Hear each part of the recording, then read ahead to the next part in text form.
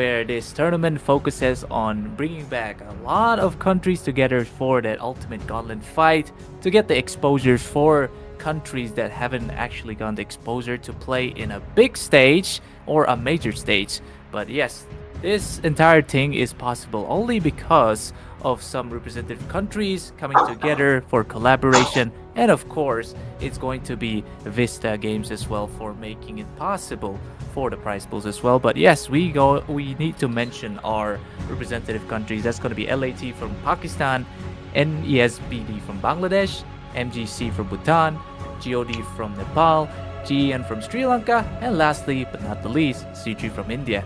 And this is going to be the final day for the group stage, where things are going to, be upsetting for most of the teams. At the same time, I don't know, it could be no hope, a little hope for some teams, but we'll never know because we're going to be looking straight to the, I think, like the group tables. But of course, this journey would be accompanied by one and only Debu that is back. So Debu, how are you feeling for tonight? Hey, I'm feeling really excited here, Vorti, because honestly speaking, I usually somehow always get Onyx Paradox, man. That's weird, but I think they are, the topper into their group. Meanwhile, for Immortals, they are going to be a little bit lagging behind in the point system. So, yeah, we definitely have to see how they are going to be making here. So, Vintage Victory are the toppers onto the charts right there. Yeah, they already made it. Oh. Yesterday, they made it. They only need a victory, which happened in like off stream, I'm pretty sure. But one match against I think Catalyst Esports, we still I think casted that match, that second match when Vintage Victory has that 1-0 over Catalyst Esports, and that is where Catalyst Esports actually pull up the Cyclops mid, and Vintage Victory or the Kia. I think you were there present on the audience. You saw Kia on the Yuzong jungle. So that is exactly how Vintage Victory got the victory to make it to the playoffs. But for now, Vintage Victory is safe. No amount of wins from all of this team is gonna, pull them down to the brackets.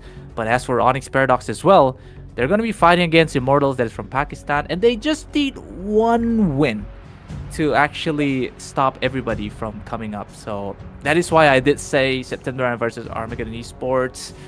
Even Immortals going against Onyx Paradox, it doesn't make sense even if they go for the clean sweeps anymore. So these teams, it's very unfortunate for them even if they play now. So I don't know how it'll work out, but this second match that's going to be coming against, if you see on the group gauge side, that's going to be Larry versus Sacred Shrine. So basically, one of these teams are going to, if Larry actually got like one win, they're off to the playoffs. But Sacred Shrine, on the other hand, they need to get the clean sweep if they want to eliminate Larry off the playoff session. So this is like a roller coaster of emotions basically for both Group A and Group B. So for Group B, it's going to be sweet sailing, I'm pretty sure. But for the Group A, that's going to be after this match, it's going to be something else. Because Larry, you see the L. There's no L's on their side. They're basically perfect how they perform in this tournament so far. But if they lost twice against Sacred Shrine,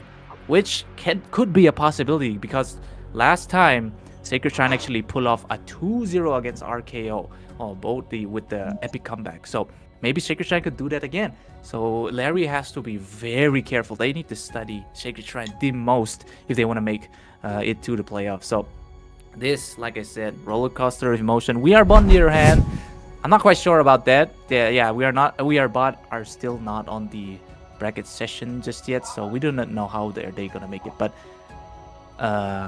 maybe if Sacred Shrine make it, but it did say that Larry is gonna be knocked out if they make it. So I don't know how this point system is gonna go for We Are Bot nor Larry. So anyways, we already see that Vintage Victory have made it to the upper bracket, which is going to be starting tomorrow, I think. So Vintage Victory versus any team that's going to be going against, I think it's going to be on the Group B. Anybody who qualifies is Group B right now, they're going to be going against Vintage Victory. But for the upper bracket, I think the next match is going to decide who makes it to the upper bracket on the top side. So there's the way. So Debbie, what do you think about this system so far? Hey man, I think it's amazing because we get to see, this is the this is the power of point system, right?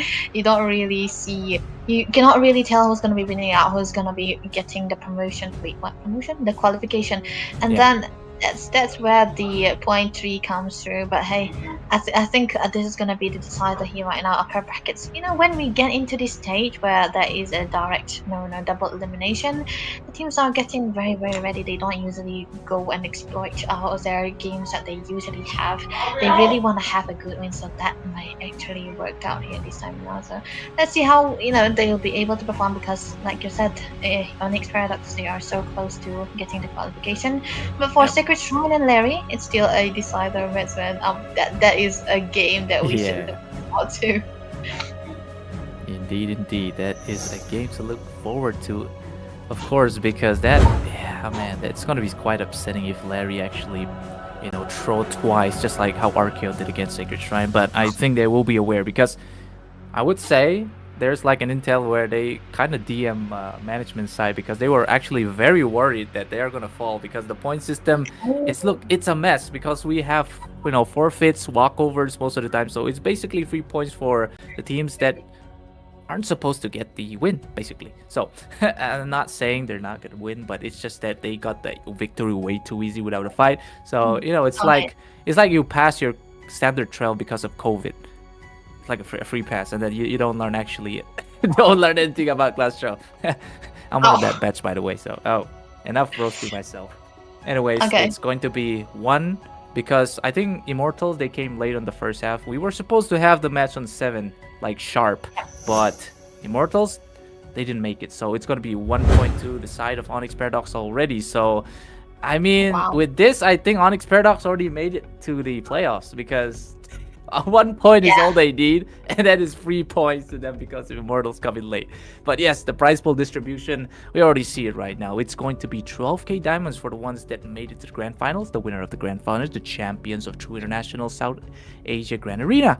So second place is going to be, of course, the runner-ups. That's going to be 7k diamonds. And then, of course, I think the finals MVP is also going to get a whopping 1k diamonds. So, I mean, some Soul Vessel skins are, coming up. So, winning this diamonds for yourself would be quite a jiffy, because there's a clean skin coming, so I'm actually very excited. But I don't know if I can get it with the diamonds that I'm going to be getting. So anyways, with that being said, drafting, it seems like it haven't started because we don't get the counter, which is usually there. Yeah, okay. Anyways, oh no, Debbie slain. She needs to respawn right now. That's how I used to troll once. But anyways, guys, it's been a journey, man. We had the longest group stage from day number 1 until now. We're blessed to have this final day, and after that the playoff starts. It's going to the playoffs till the lower brackets, I think finals. It's going to be a best of 3, but for the grand finals it's going to be a best of 5, so things are going to get heated. Maybe you guys would want to get the best of 7, but unfortunately, guys, this is a collaboration of, like we said, 6 nations. So in terms of management side as well, it could be very late. And if we do the best of 7, it could be very tiring for our streamer as well. So the best of 5 will prove, the lesser the match, the more intense it's gonna get. So it's gonna prove if the winner are actually deserving of their win. So basically, Zach Debu is gonna be out for a while because it seems like there's some technical issues on our end. But fear not, as Borty is here, even though I'm not the best caster that you guys have seen so far, but trying my best, trying to fill through the stuff that most of the time we usually get those technical issues. But here we are. We want to say that Onyx Paradox have already made it to the brackets, so it's good for them. But I don't know, I'm kind of still skeptical if Immortals are gonna want to play this, because even if they play, they won't get anything anymore. Like, even if they win, the only thing they're going to be getting is the fact that they won, yet they fail to make it to the playoffs. So, but if they really have the courage to actually make it out, then yes, it would be very admirable if they actually make it to this last game against this Onyx Paradox, because Onyx Paradox are also a very, very strong team. The fact that they have made it to the brackets like in a breeze, they did lost some, but Immortals also love them. I love H&M on the EXP as well, but it's unfortunate that to say that my GOAT is going to not qualify for the playoffs and or so it's very heartbreaking to know, because I'm actually also looking forward for Pakistani teams to actually made it to the playoffs, but it seems like it's going to be heartbreaking for now. But anyways, if you're talking about the match that's going to be coming next, like we said, Larry versus Sacred Shrine. Larry is in a big sandwich here, okay? It's actually, if you think about it, it's actually kind of frustrating. I kind of feel Larry on this because they've been winning nonstop. They never lost the tournament, any matches that they have so far in the group stage, but they lost twice right now. They're not going to make it to the group stage. Not the group stage, but the playoffs. So, yep, I actually feel their anger in this. And Sacred Shrine also, I think they would be playing in their 100% because they know that they can still qualify if they get the clean sweep. So 2 wins is all they need. But if it's a 2-1, either way, it's Larry's gonna make it. So, anyways, I think I'm right, Bang? I'm pretty sure. Even if it's a 2-1, I think it's going to be Larry winning anyway. So they need to make the most out of this. But yes, I want to talk about the third match as well against Armageddon Esports from India and September 9 from Nepal. It would be great to have the match, the final bidding match, but yes, unfortunate to say for them as well, they won't make it anymore even if they win. Both the teams go for a clean sweep, both the team go for the 2-1s, 1-2s. They won't make it to the playoffs anymore. So yeah, this point system right now, Falls did say that it is interesting to kind of see this because it's very hectic. Unlike the Switch bracket where most of the teams would go for if they go for the 3 wins to 0 losses, they make it to the playoffs instantly. But for here, Larry, they won 4 times, but they are still, on walking on thorns basically. So this group point system is one heck of a system that every team should always play on their 100%, knowing that even a loss, actually even 2 wins, even consecutive wins won't get them to the playoffs. So they need to play it on their level best. I think it kind of same goes with Swiss brackets as well, but it's just that I don't know. Swiss bracket is more reassuring that the more wins you have, the better you can actually get to the playoff session. So anyways, for now, it seems like we still haven't gotten any sort of stuff or the side of the teams yet. But I would say Debbie casting here as well. It's going to be Onyx Paradox. She is a fanboy of Arensky, so I really wish if she could come back and actually watch Arensky play, Onyx Paradox play against Immortals in this very, last match point. But it seems like okay, I think Debbie's back. Debbie, you back? Hello. Oh wait, I can't really fix my camera here, so sorry. I mean, Onyx Paradox playing and I will miss that's not something I would do. Well, I think you have been yapping for a long time because, yeah, man. Trying to buy you time, Debbie. Trying to buy you time. Yeah, that was actually amazing. Goatee, by the way. Well, honestly, man, I already, I think if Immortal comes here to have a DS1 game, I think that would have been a very great esportsmanship, right? Esports. Yeah. Is that even a word? Esportsmanship? I mean, we can be the Shakespeare of our life. I mean, Shakespeare also randomly spew out words and it becomes the greatest literature of all time. You could be one. Anything is possible. But anything is possible. Making a soul? Nope.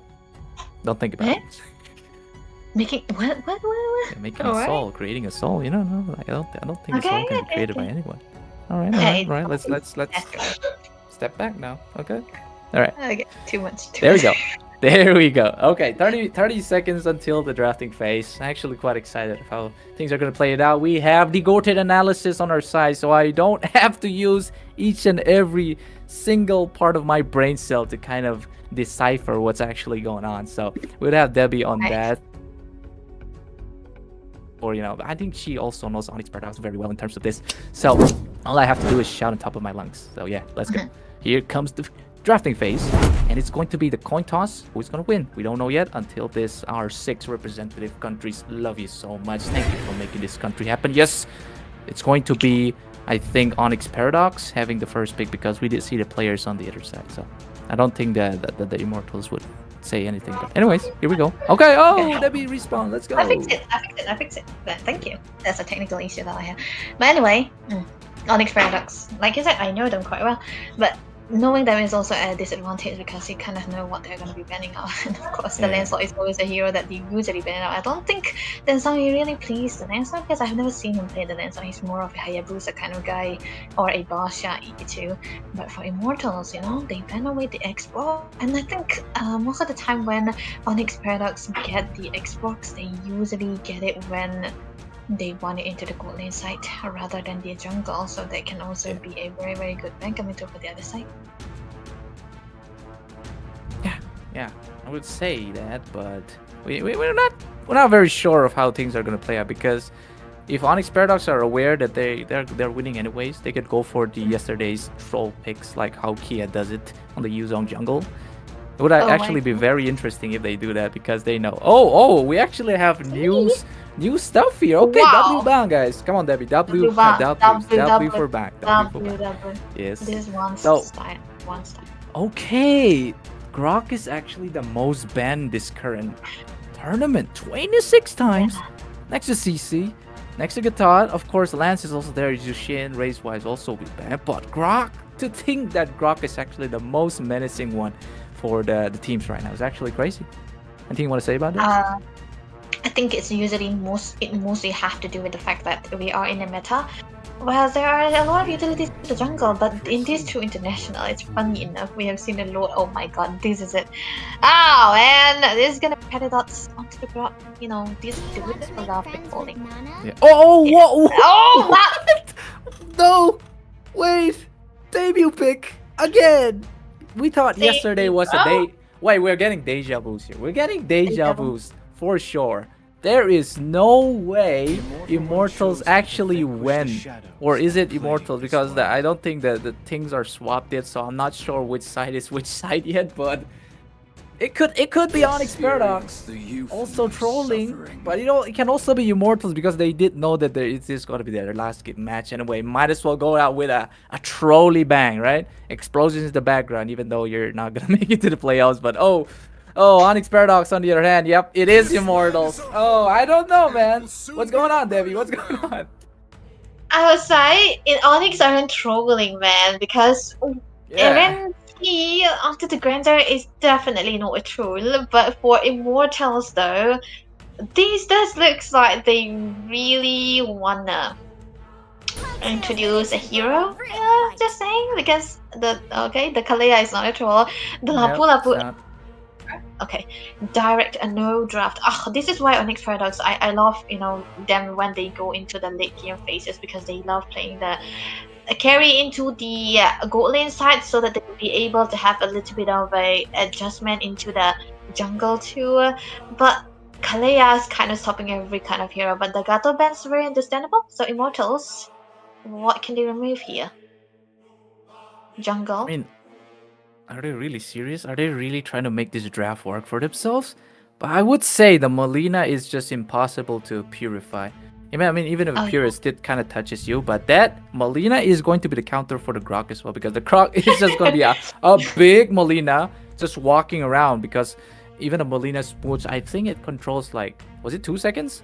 Yeah, the stun is actually very long. Even with the tough boots, it's still so much. The fact that you can get bursted down with the Molina's Blitz. Okay, Debu, we need to focus here. Okay, they are banning the Yeez, they're banning the Hayabusa because they don't want the back lines. Because you know, Anana, of course, even if you have the Molina's Blessing, you're still gonna get killed by the Hayabusa anyway. So they're gonna be banning anybody who's gonna go for the back side. That is usually, I think. Wait, why am I seeing Owner? This is not Leak. Why am I seeing Owner on? I'm not. I don't know anything anymore. I feel like they changed their name or something, but I'm pretty sure, was it Owner that's actually like the jungler? Yeah. Not sure. I think they changed. I think he must be a great fan of Honor, you know? Must be. Yeah. Whoa. Most picked. Yeah. Look at that. Most pick. Okay, then we can actually take this moment. I love the most pick here. Lapu Lapu man. Ito, because he's so amazing to Lapu Lapu, even though they cannot find the wins. Yeah, that was a slander, bro. Kimmy though, man, Kimmy and Granger, that's always gonna be out there. It might be together in one place, but it can also be in a different place. But yeah, I think you're over owner, right? Oh yeah, actually, it's supposed to be Demigod Soul, right? But suddenly we see T1 owner here, and yes, T1 owner is actually the jungler of League.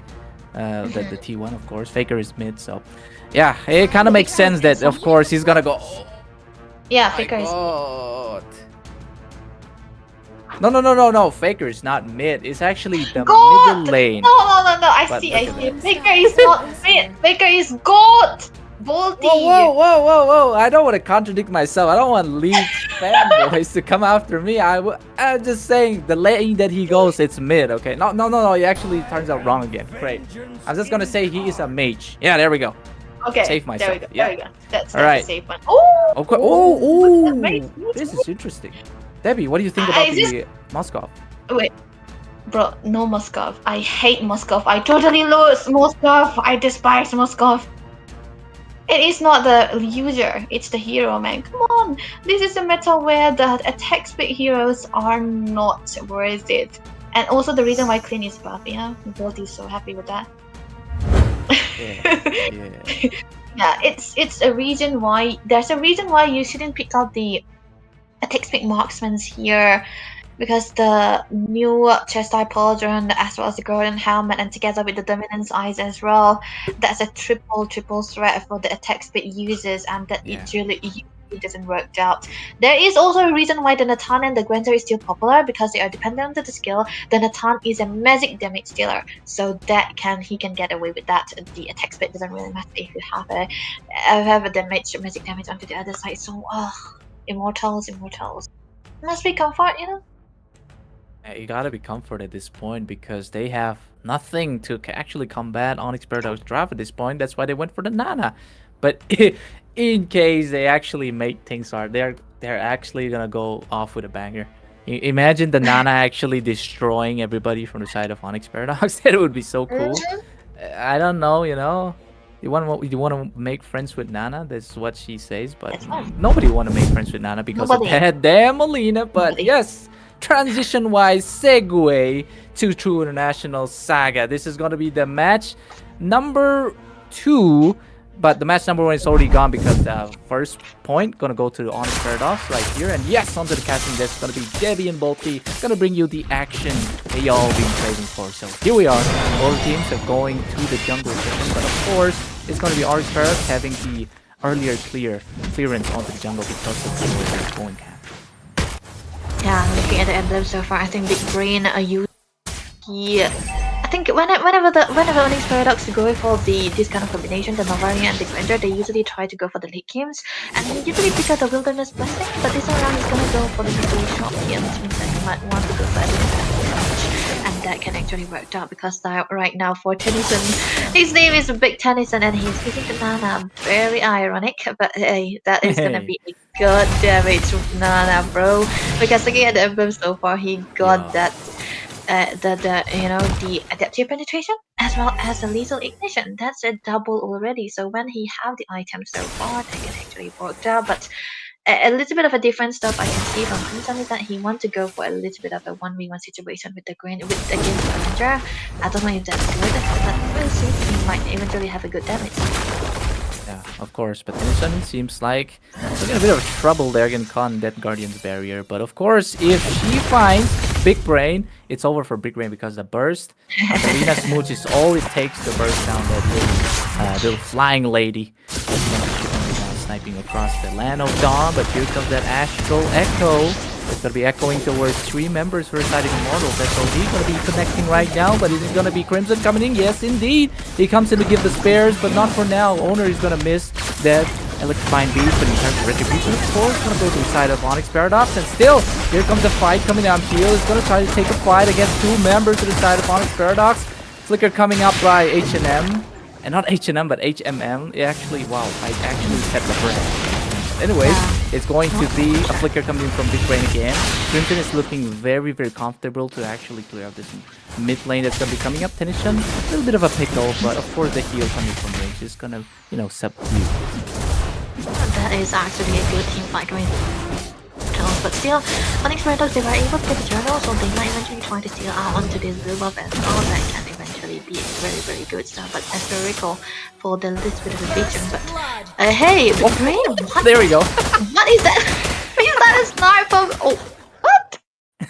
That's the smooch, man. That's the smooch that we're talking about. Yeah. That's why you don't mess with the little Leon in there, because Oh she my actually knows how to God. control her magic power now. So yeah, she can protect Oh. you. She can protect Immortal.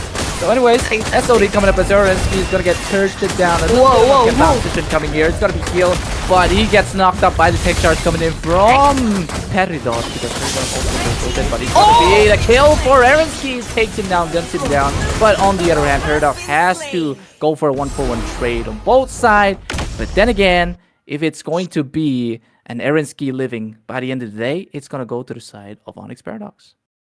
That's already one stack onto the sky piece. This guy is usually insane onto the Grinter because he usually forgot about the boots, but never mind, Tennyson. Yep, in trouble. Has to eat a full flesh blast coming in from Kazanski. And there we go. The tribal warrior finds the Leonin, slaughtering the Leonin for the process there. Another kill to the side of Onyx Paradox with a little bit, not too much on the goal lead just yet. Still, Immortals have it in terms of that, but the Turtles definitely going to be spawning right now as both the teams are looking for. It's actually amazing that they were able to have the information that Erensky did not have the flicker, so they were able to take that kill. Crimson having the kill already onto Erensky, so that's going to be messing down on this a little bit. What a perfect sever, and look at the tech charge as well. 1-to-1 trade on both sides once again. Big break falls, and also going to be a jungler trade as well. And I'm just trying a lot to kind of go with those penalty zones, but I don't know if he has it. Here comes the slam. Person gets taken down. Owner is also going to die in the process. Erensky would be the other one to come and get 2 kills. Actually, it's going to be 2 kills for Paradox, as SOD hits as well, but it's going to be used as an evasive maneuver. Get to safety, but Paradox on the other hand, look at him. That guy, he wants to troll actually, but look at the replay so far. What can we see here? That was a lot of damage from the Soul Sever, man. I forgot about the damage coming through from the stream because of the nerf that he's hit with. But hey, there was an amazing set from Kazanski, man. It would have been a very star-studded scenario for Onyx if it was Erensky who got all those kills, because he could have gotten the stacks. But pretty much, man, he got the damage onto the ground, so there's no saying that it's gonna be behind. But this time around, I feel like Big Brain has to be careful on where the positioning is gonna be, because we can see how much damage Hey can already deal onto this Shuyo right now. So no matter what chances, you cannot really risk out or no. Get the drop. Triple knockup coming in from the Kalia. That's actually impressive, but not too much happening for the side of Immortals just yet. They didn't go for the Tsunami Slam, but look at the beats coming in from Owner. Wow. Takes out Tennyson. And that is going to be the Dancing Leonin. Oh, that's actually a very nice flicker coming in as well. They are going to take out Owner for now. HMN is on fire, but still, he's going to lose rage in the process there. It's going to be a 1-to-2 trade on both sides. Still in favor of the side of Onyx Paradox, as Onyx Paradox, they just don't care about this mid, tier 1 at this point. The mid lane, the fact that they just walk in with Peridot, carrying everybody on his big back shoulders. That was actually amazing of a dive green, so it could have been worth it for Onyx, but thanks, goal ranking still for Erensky, and it's gonna be followed up by Crimson. It's actually a good one, because in comparison to the Grandeur, of course the Moskov will not be having the greatest of the time, but him not that far back. Oh, mid lane! My god, comes in with the penalty zone. They shackle Big Brain out of the question as Tennyson gets the kill there. Looking good for Nana for now. That is what Immortal need to actually kind of make that equalization in terms of trade. And yes, Debbie, you can do it. Yeah, exactly. It's like, they have been going for a lot of curses, right? But there's also a thing that Immortals, they can play for the late game and no one can... Oh, mid lane, ATM. Oh, tech charge, knocking up to HMN. I don't want to say H&M, so tension still not smooched out with the Melina, but here comes the Crimson, gonna be doing some kebab, but misses onto the back. But Ray's gonna go in. The flicker coming in from Kizangski. That was crazy. And here comes everything. Furniture being thrown, just like how Ray said, and that is gonna be 2 kills for the side of Onyx Paradox as Honor. Leonin takes it all for himself, but look at the snipe coming from Big Brain. He's gonna shut down Crimson HP in quite a deficit. You know, forcing Crimson to recall right now, and that's gonna be a 3 turtles for the side of Onyx Paradox. That was a big condition that they were taking here. Okay, I really needed this play, man, because look at this stack coming through, and Kazanski and Paradox Genesi that they were having around all the places, that was amazingly on point. And you know, they survived. Oh my god, this save Kazanski, it's just amazing, and now it's so safe for Owner to go in with those electrifying beats, and he got the damages right, he got the double kill, it's already good enough, so he can really back away right there. So I think their decision making is up to the par, but another one though. Oh, double tech charge missed though, perfect time, but that tier 2 definitely would fall to the hands of Onyx Paradox in the process. You know, like I said, if you don't want to make a sacrifice, there's always another sacrifice that you have to take that's going to be in form of turrets. So Kazangski on the bot, and also Tennyson, it seems like they're still taking this, but Owner on the other hand, let's go for Electrifying Beast, still gets that Retribution it seems like, or I don't know, actually it's Heal that actually got it, so here's the trouble again, Rensky will be the one to gun him down. More is gonna happen as look at the Astro Echo coming in, the Guardian's Bear to stop down 2 as well, but Rensky on the other hand, he does not have enough bullets to actually take down 2 members of Immortal, so it's going to be still a better trade for the side of Onyx Paradox, and they already take down the tier 2 on the bot as well. Yep, I think it's safe to say that when a Granger is in that position like that, they are actually so ahead, and he already has rapid blitz also, so that's what it is that we are talking about in here. But one thing that I do notice going true from Honor is that he went for the concentrate. Oh my goodness, what is that? Risky, what was that? That was a snipe that nobody actually anticipated, but in terms of anticipation, that is going to be 1 Tennyson down the drain for Immortals again as they completely get thirsted down. Tennyson didn't actually see that coming, so it's going to be 1 more kill for the side of Onyx Paradox with all, actually, the top and the bot shield being wasted. Wow. That is the combination that we are talking about with the Novaria and the Granger all together in one place. And we can see the damage ranking too. Wait, Peridot is up to the top instead of Honor, or even doing God's work here. For some reason, it's actually, I think it has something to do with the passive. Right now, he might be caught though. What? Just look at the closing. He gets the mouse right now to take charge. Here comes the flicker from HMN again. What? He is going to live for now, but of course, HMN is going to be soaking a lot of damage with that. Here comes the Brazen Spider, going to be going with a miss. DJ White play coming in from Kazangski indeed. And more is going to happen here as Peridot forces out the Guardian Bear on the mid side because nobody wants to actually come and get this. So that's going to be a mid lane Lord merching a free charge, a free capitalization for damage for the side of Onyx Paradox. And as you see, this is going to be one hell of a rocket fight because it's going to be Owner going in to make the electrifying beat, but he gets Tsunami slammed out. Mike gonna fall. Yes, indeed, he falls with Hill, getting the shutdown. Here comes the Echo coming from Big Brain with a snipe. Hey, Crimson falls down to the balls of Big Brain, and Arensky is gonna take out Heal as well.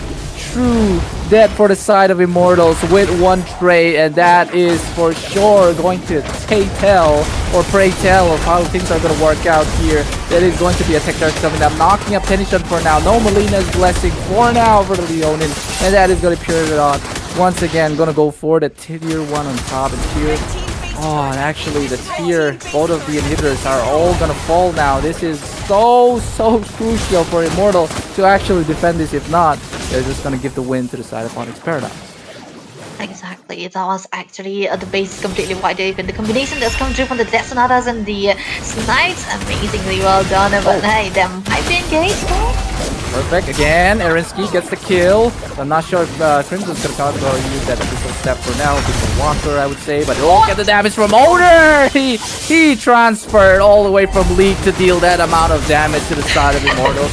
crazy day for Onyx Paradox indeed. The tech jar comes up. It's gonna take a kill for Erensky. Where Monster gets a double. My gold is down, and at the same time, it's going to be a trade. But a triple comes up for Erensky. And Kezangsi get the final blow. The final member for the side of Immortals as Onyx Paradox.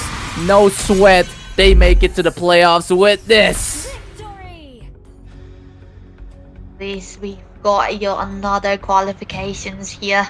Onyx Esports. It's gonna be Onyx Paradox, man. But damn you, Kazangsi, that was a very good kill for Erensky. It would have been an amazing set for the Granger, but that was a very, very big and great combination that we have seen for the side of Onyx Paradox. No sweats, by the way, like you said, that was a clean game, and of course the MVP yet again. This dude has been collecting MVPs all over the places, man. Onto the Granger, by the way. Look at that, 75% team participation. He always goes for the first build Sky Piercer so that he'll be able to have the stacks on time. So with the amount of kills that he has, I'm pretty sure he already got 80 stacks or two. That is definitely going to be 80 stacks, right? The fact that he just completely decimate or just, erased them out of existence with a few Dead Sonatas, a few Rhapsody, and that, my boy, is going to be Erensky there with the 916. And also, he actually didn't go for the BOD. I think he's working towards the BOD, but all he needs was an anti-heal at the same time. The unique passive of Sea Halberd if you want to chuck down a Terisla, somebody like Terisla. But HMN kind of soaked down a lot of damage in terms of that because he has the anti-grass to kind of stop things, from Erensky to go a little bit too rampant with the damage. But then again, if the roar is there, if the extra penetration comes up, it's impossible for Immortals to stop Erensky from touching you with his bullets. So that's going to be it, Debbie. Exactly, and we can see here too, if we compare to the two marksmen together, I feel like there's also a little bit of a chance where it comes into if they have been given a little bit of space, but it cannot really happen with Onyx Paradox. They are already so ahead. And on to the other hand, the jungles here, man. I feel like the Suyo could have worked. It really did work out, but honestly, Onyx Paradox, they already have a lot of damage at that point of a time, and the Suyo cannot really do anything here. But the Nana, the build didn't really work out. But hey, we have seen a lot of damage onto this hero, right? With the Molina, Smooch, and the Blitz too. They have a great combination so far. But hey, it's kind of hard to catch out the Novaria with that Molina most of the time because he's always flying all over the places. But good engage most of the time from Peridot, and as well as rate 2. But the thing about the Kalea is a do or die situation, and it's so hard to pull up a one pick off hero in this kind of composition whenever there is a grog. So I cannot really say that most of the time when there was a set, it's always a distraction or a disengagement coming through from the grog that always made it bad. On the other hand, Xpilena, I don't really hate a Teresa because the Teresa did really play well here. He did out a lot of damage. He soaked out a lot of damage, and the damage he also dealt was apparently on point too. But hey, when you see about Kazanski, right, he's all the places with the Lapu Lapu, and this season Lapu Lapu is a beast. This tribal warrior carries alone. But look at that! Hey! We have gold paramedics for Kazanski. He have the most damage. He have the most gold too. Absolutely. Erensky gonna take 2 wins for himself onto the achievement list. Big Brain also the most just because those Astral Echoes were just on point. But out of the topic session here, if MOBA5V5 was Pakistani, I think it would be HMN. Just look at him, man. I'm not saying like something like that, but he actually kind of looks very similar to Zayn if he were to transition to Pakistan. Honestly, it's a compliment, by the way, man. It's a compliment. Yeah, it is a compliment. I mean, yeah, it always is, but he just needs the glasses, man. I think you're right. Yeah. But one thing I like to mention, I cannot go away without trolling Bolty, but I watch your streams. I mean, I saw your Lapu Lapu, and I think the way you said DJY gameplay onto Kazanski, I think it's more of Voltu gameplay from Kazanski. But hey, one thing, he didn't die, right? 305? 305? So, it's a good one, it's a compliment. I mean, if Mirko said it in MPL, why not us, right? Okay. I would, if it was me, I would have said Bolty kind of gameplay. No, I would not say that. Like, maybe I could say like my kind of gameplay, but Yeah, I actually would use that next time. Yeah, okay. Thank you, Debbie, for that. That's why, yeah, that is the insight that we need. But usually, it's always one's complaining, but I always hear about, oh, look at the change up, look at the change up. It's gonna be Onyx Paradox and Vintage Victory. They are the two teams that's gonna be qualifying from the Group B side. Armageddon, man. Sorry, Ito. Oh my god. You didn't have to point out Ito, man. Just applying salt to the wound at this point. Yes, guys, we're having a blast here in the True Internationals. But the victory, of course, is gonna go for Onyx Paradox, and they are the table's toppers with Vintage Victor in the Group B. So Group B, the fate has been sealed for the playoffs. But for September 9 and Armageddon, like I said, I would say, look at that, man. They're already there. Vintage is there. Wow. Onyx Paradox is there. It's like, so yeah, it's over. Only Group A remains right now. So this second match that we're gonna be getting, it's going to be one hell of a blast though. But look at upper brackets. I think Onyx Paradox would go either against Larry or Sacred Shine, and I think we are bot also qualified, if I'm not mistaken. Or I don't know if they qualify, because we actually have to get the game of the second if we are going to know who actually qualifies, right? So we still haven't seen them on this upper bracket list just yet. So it's time will only tell on the second match. But anyways, folks, that is going to be Onyx Paradox with the parade of victory to the upper brackets. And in terms of lower brackets, you know how the bracket system works, guys. You've been seeing this more than I actually casted the games in terms of brackets. But yeah, Onyx Paradox, Bhutan makes it. Congratulations to Bhutan and Bangladesh for making it to playoffs for now. And another contenders, we don't know. Is it going to be Nepal? Is it going to be India? Or is it going to be another Bangladesh team? If it's two actually make it to the brackets, that's going to be very interesting. But anyways, Debbie's going to be respawning right now again. But it seems like we can take a breather now. So it was one absolute hell of a match. Nana debut. Thank you, Immortals, for making my day. HMN will always be my GOAT.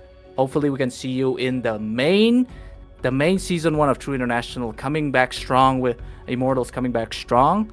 I'm actually rooting for you guys. So thank you guys so much for watching. For now, this is going to be match 1 over. But this match 2, you guys don't want to miss this, because it's going to be against two powerhouse of this tournament. That's going to be Sacred Shrine versus Larry with unbeatable. They're basically unbeatable. Nobody actually kind of give them 1L. So anyways, we're gonna see you after this break. Take care and do come back for the second match. This is Debbie and Bolty signing out the desk for now. Peace.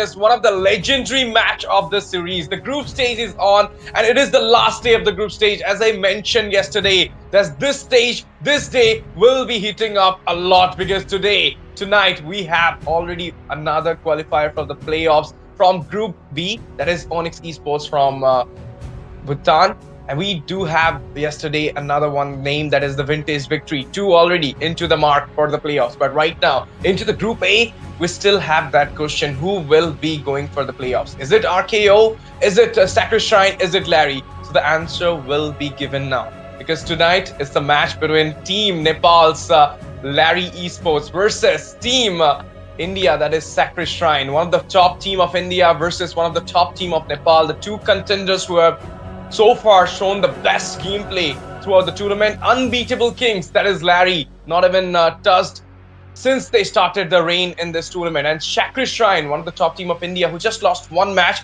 but other than that, they won each and every match with a dominative statement, with an annihilation to their opposite sides. But currently, this is the game of the Fury. This is the game of the kings. This is the game of the tyrants. And you're gonna watch it out at True International. So what are you waiting for? Subscribe us, share the link to your friends, and do not forget to comment down whom you are supporting, Nepal or India, whom you are supporting, Sacred Shrine or Larry. And don't forget to like the stream as well, and also follow us in our social handles. It's me, STZ, going to cast it out with my co-caster, Apocalypse. Hello, Apocalypse, my first game with you. How are you feeling right now? Energetic or fully energetic? Because there is nothing beyond that. We love the energy, man. I've been summoned back from my retirement for this match. It's going to be so exciting because both of these teams, whoever wins this match will be qualified for the playoffs, if I'm not wrong.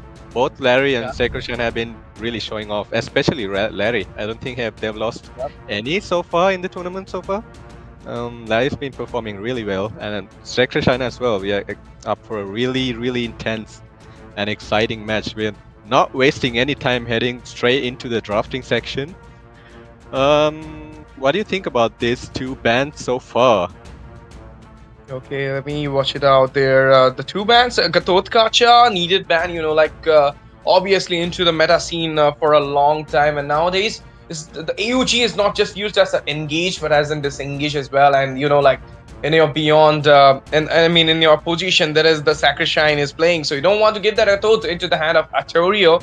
But let's see, the Hayabusa might be the respect towards Larry's jungler. But at the same time, the second ban coming out from the side of Team Larry, it will be an Esmeralda. Okay, so far I was thinking a lot to respect it out for Romcom, or maybe Lapu Lapu for Fate, but no, they're going for this Esmeralda ban. They have a mind. They might gonna thinking to grab up that Lapu Lapu for their side. It might be the thing. We're not sure about it, but as you tell me about the playoff scene, let me tell you something, my boy. Let me tell you something, and that is, if Sacred Shrine winning 2-0, Larry, bye-bye. You have no chance. If Sacred Shrine winning 2-1, you have chance, my guys. If Larry winning 2-0, Sacred Shrine, bye-bye. If Larry winning 2-1, Sacred Shrine, still bye-bye. So this is the hunt right now. Anything can be possible, and all these figures I told you gonna reflect a lot into the playoffs. Yesterday we are talking about this thing with admin and everybody, and now we are gonna witness it. And with this, the second ban from the side of your Sacred Shrine is Eve. Okay, that's a cool ban though. Like Kimmy, Jushin, all these things open, but they're going for the Eve ban. Indeed. Both of these teams seem to be prepared so well. They're taking so much time for these bans. I need to mention the new patch was just released today, and there's going to be a lot of playstyle changes, a lot of different hero picks. And honorable mention to, in my server, there's been a lot of creative picks like Harley Jungle and Cyclops mid and gold lane been really popular. So with this new meta, the new patch, there's going to be some interesting picks coming in from both of these teams.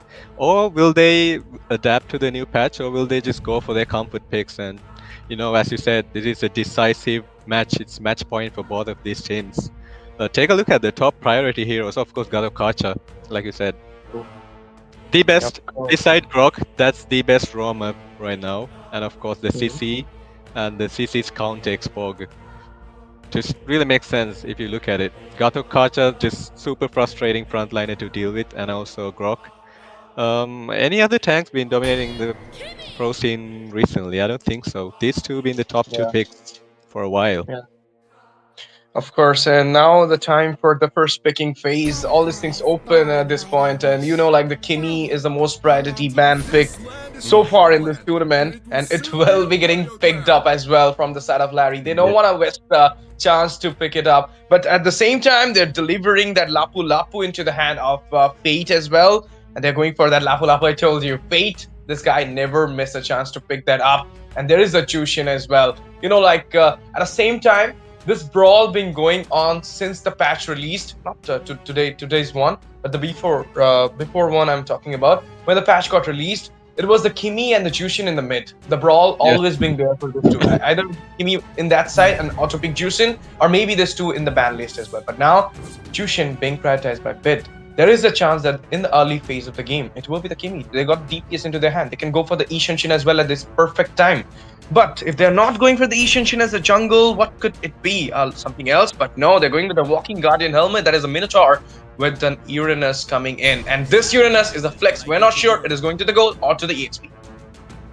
There's no priority being seen towards the jungle side so far. Like you said, we can see Sukshin, Lapu Lapu, and what was the third pick? It's Khalid been picked. And we need to mention the map is Broken Walls. So this is going to be really easy for these players to rotate around the map with no restrictions. So we're going to see some really heavy team fights, I can obviously say, right from the get-go. Like you said, Kimi and Sukshin are super early game heroes that are scaled really well into the late game. And so far, both of these teams secure their raw mid and EXP. Seem to be pretty balanced. No clear upper hand just yet. But I would say from the sustain department, Larry clearly has an advantage because of their regen.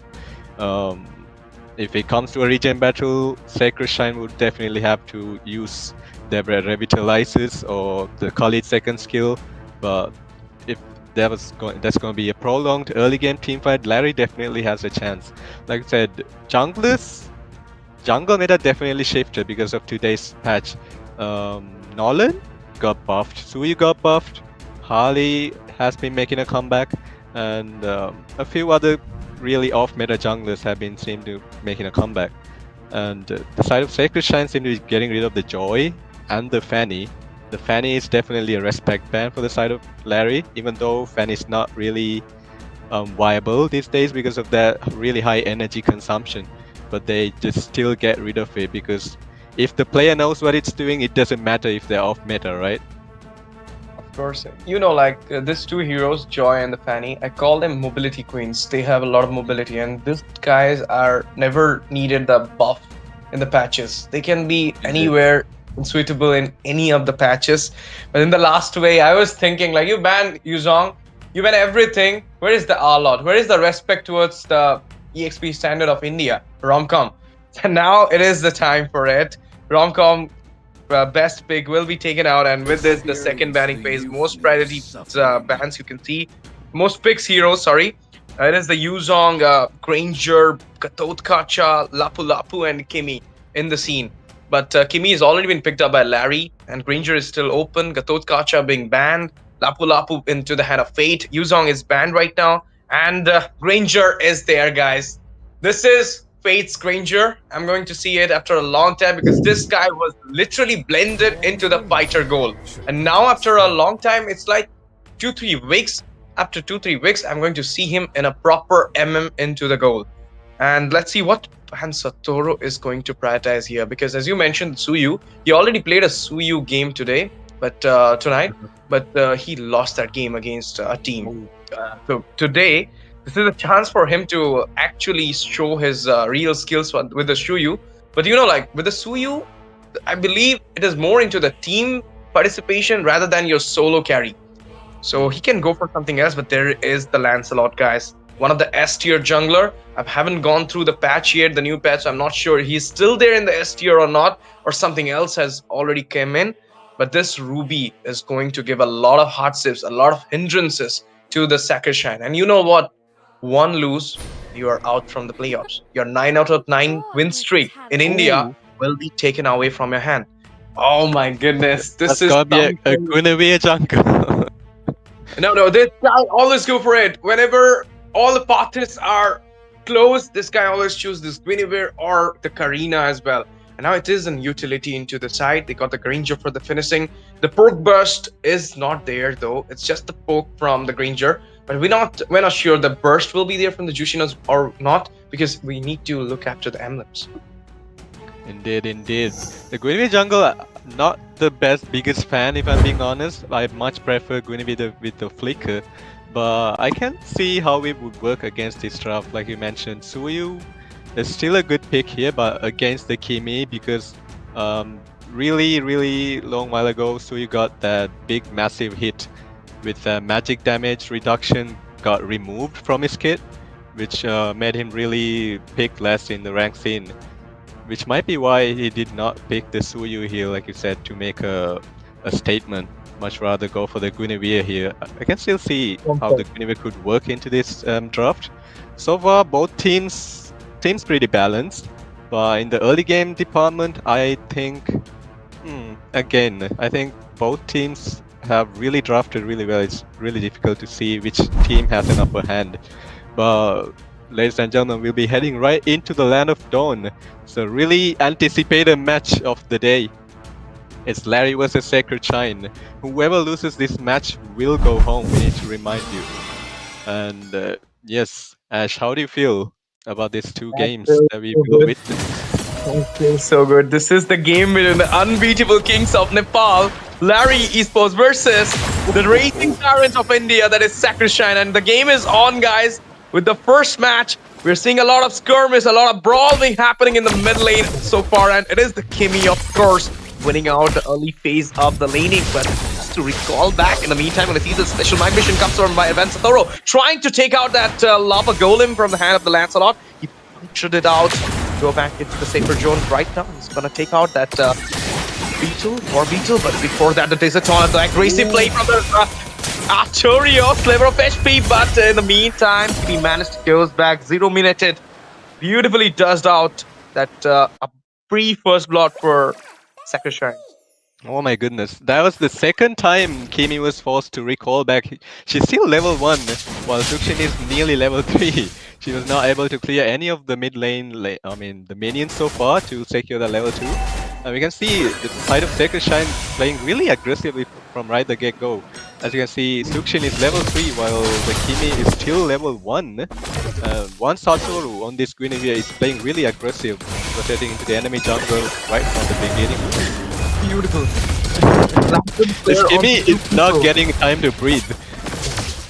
Of course, and now the broken walls has been used there. It is Van Satoru starting out the turtle. Let's see who will be having it. The retribution, it will be onto Van Satoru. He will be grabbing it up for himself. And now the reason got okay, a latter player, a little bit of folk coming in, and with their rom-com with the one starting out for the side of Sacred Shine with a first blood.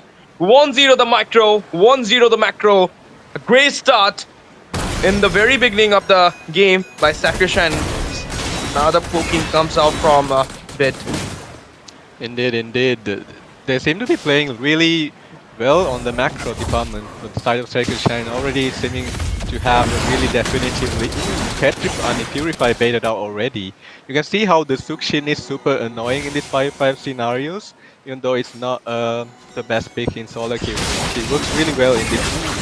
The jungle getting invaded non-stop. They just want to end the game as soon as possible. Ooh, that's one Skypiece attack stacked to the gun of fate. That's Sonata, and just grab up the kill onto the member, and with that, not only that, they grab up the kill onto the Lancia as well. Win-win falls down. And right now, Team Sacred Shine reigning with the Chairer.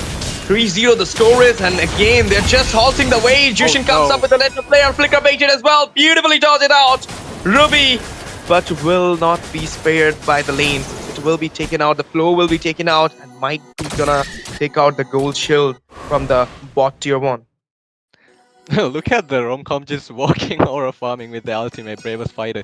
Man, they were not able to rotate to that turtle fight because the Kimi was forced to recall twice and he was not able to secure that ultimate to fight that turtle fight. She's not getting space to fill out that passive to dish out enough damage. They go in there. Blue buff will be taken away with the Crimson Bacon coming in as well. In the meantime, we're going to see the fight comes up, follow up by the Uranus, but he's just chasing it out for Romcom. Goes in with the bravest fighter, fighting it onto the Minotaur. And Kimi needs to retaliate back. In the meantime, in just 4 minutes, 17 seconds of the game, they find some macro onto the bot. The fight's still going on. The action still raining here in the Land of Dawn. And in the meantime, we see the Lantern player hindering a lot of movements for the Uranus. And now, the whole team of Larry needs to back off. Unbeatable Giants from Nepal is getting a lot of corner movements from the Sacrishan at this point. The puncture comes up. I don't feel like Larry's jungler Win-Win will be going to contest out this turtle. But before that, the invasion is still going on. Romcom standing there. And he was going to get out Domino. Raising Sandstorm coming up. The follow from Vansatoro. Can he go for the special migration? Disaster comes up. Ruman falls down as well. Double onto Simba. Beautifully changing out the fate from the hand of Nepal's Larry here. It is Fate, the gold standard of India, doing his work in the Land of Dawn beautifully. And right now, they will be taking out the mid lane tier 1 and expanding the jungle area in just 5 minutes of the game. This is invincible. Oh my goodness, look at how much space the side of Sacrishan have on the map because of this Kuchin Kick and the Kali. There's really limited options for the side of Larry to really make those engages because Minotaur, even though he has that massive range in the ultimate, you need to get close. But by the time you get close, they have Romcom! Back to pause, comes up, Romcom goes with the bravest fighter. Right now, the Raising Sandstorm might come up, random execution, use Vansatoro, falls down, Simba finds the way kill onto Bid here. 2-man down, a beautiful setup, a beautiful comeback happened at last. The side of Larry started the score with a 2-7 into the micro. Still, it's the lead onto the side for Sacrishan. At least they grab up some kills, beautifully set up that kill onto Van. It's more like the invasion, more like the overextension was kind of pricey thing for Sacrishan at this moment. They need to hold up the game a little bit, not to throw up the bounties into the hand, but there you go. Another execution being happen as well. It will be the bravest fighter coming in at the mean of falls down, make up for Romcom. Ruby still standing there, but the follow-up will not gonna help out the Minnow. He goes back. Then Romcom is definitely doing justice to this Lapu Lapu. I can see why you really liked Romcom's Lapu Lapu. He's really showing off. It seems like, will he get taken out? Simba gets taken out immediately. Granger sitting on the throne, snowballing inside the turret. Reyna gets taken out, Ruby gets taken out, Win-Win. Okay, Win-Win goes in, but it's worth it for Fate, my goodness! And in the meantime, Win-Win finds the kill on Vansatoro. Can it be a Maniac at 2 International Saga? No! They need to go back. What a way to take down the 3. And now it's a Lantern player coming in as well. The third turtle being on, but both the junglers have been taken out from the Land of Dawn. I don't believe they'll be contesting it out, but 8 minutes lost might be coming, and that will be the most priority thing for Sacrishan at this point because they might go for that mighty push. All the third tiers have been taken down from each and every lane, and look at Fate. He's going for the sneaky pickies kind of split push onto the top, and before that, they're taking on the fight in the jungle area. The domination currently, the confidence is being shown by Romcom is too much. Traction pulse used at this point. A lot of damage being dished out. Puncture being coming up. Throne Rose being used, but it will be a dodge out from coming out from Sacrishan. In the meantime, tier 2 falls down from the top. Need to secure it down, but the blue buff down from the hand. They're really lacking those opportunities to make a comeback. Like you said, it's wise of them to really take it slow and try to respond to this node at the 8-minute mark. They're not letting them have that chance of comeback. Romcom at the backline. No. GG. I mean, giving the setups, giving the opening for Fate, and then he's just finishing up with the Skyfiercer stack, which is above 80, and now the tier 2 falls down with the Holy Blessing goes up as well. Look at Romcom, look at Artorio finding in their way inside the tier, inside the area of Team Larry. This is insane at this point. They just took off each and every Holy Blessings. Now it is the time to take out that Lord, come for the mighty push. The Armor Fender would have been a game changer if there was enough follow-up, but Xenominator was not able to do that. But they will be safely taking this 8-minute low without any context. contest. I think it's safe to say they'll be able to secure a couple of inhibitors.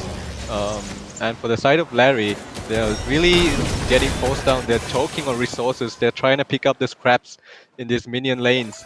But look at the gold gap already. It's 20k to 30k, 10,000 gold gap below the 10-minute mark. It's the first time I've seen this. 9.7k, what a domination comes up, and again another fight coming in there. The Artorio goes in with the there's a tornado. There is that pick up with the Lantern player. Legendary being picked up by Fate. What a way to shut out the Uranus Simba out from the Land of Dawn. And now the wave's been cleared up. All the blazings been goes off. It's a time for go for that mighty push with the Lord, and they're literally hindering out because they know that there is a 10k goal lead. You can actually finish it up with this Lord. A Lord been coming, marching down to the bot side. Let's see, the Validation got used. Special migration comes up as well. And the Tear falls down inside the mid. It is right now opening for the Nexus, for the Nemesis. Let's see if they can actually grab it on or not. But before that, good lane clearance being done by Win-Win.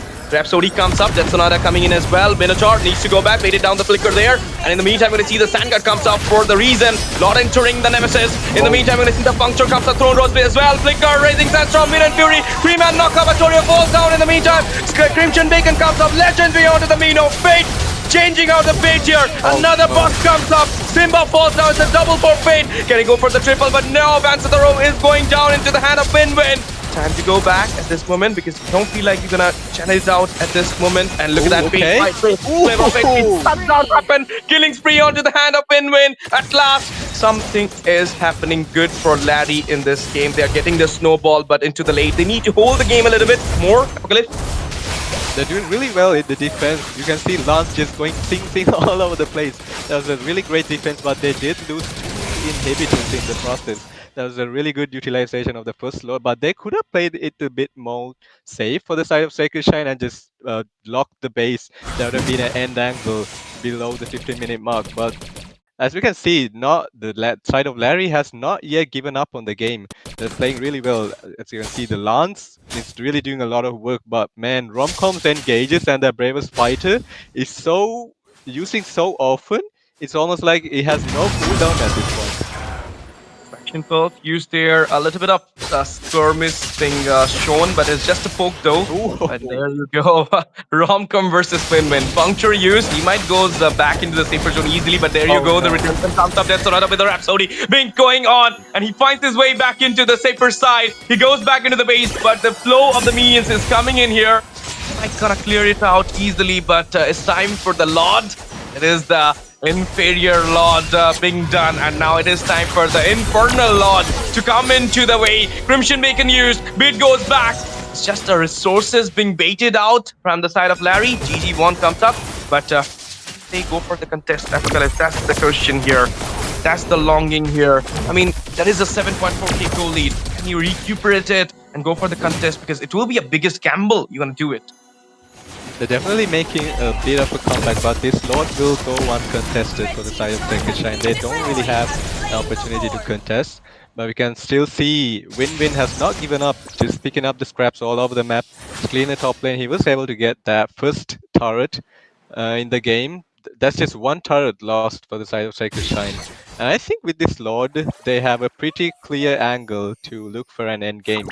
But unless if Runa finds a perfect I'm Offender into Attraction Pulse, that could really change the tide and really turn the match around, especially in the late game.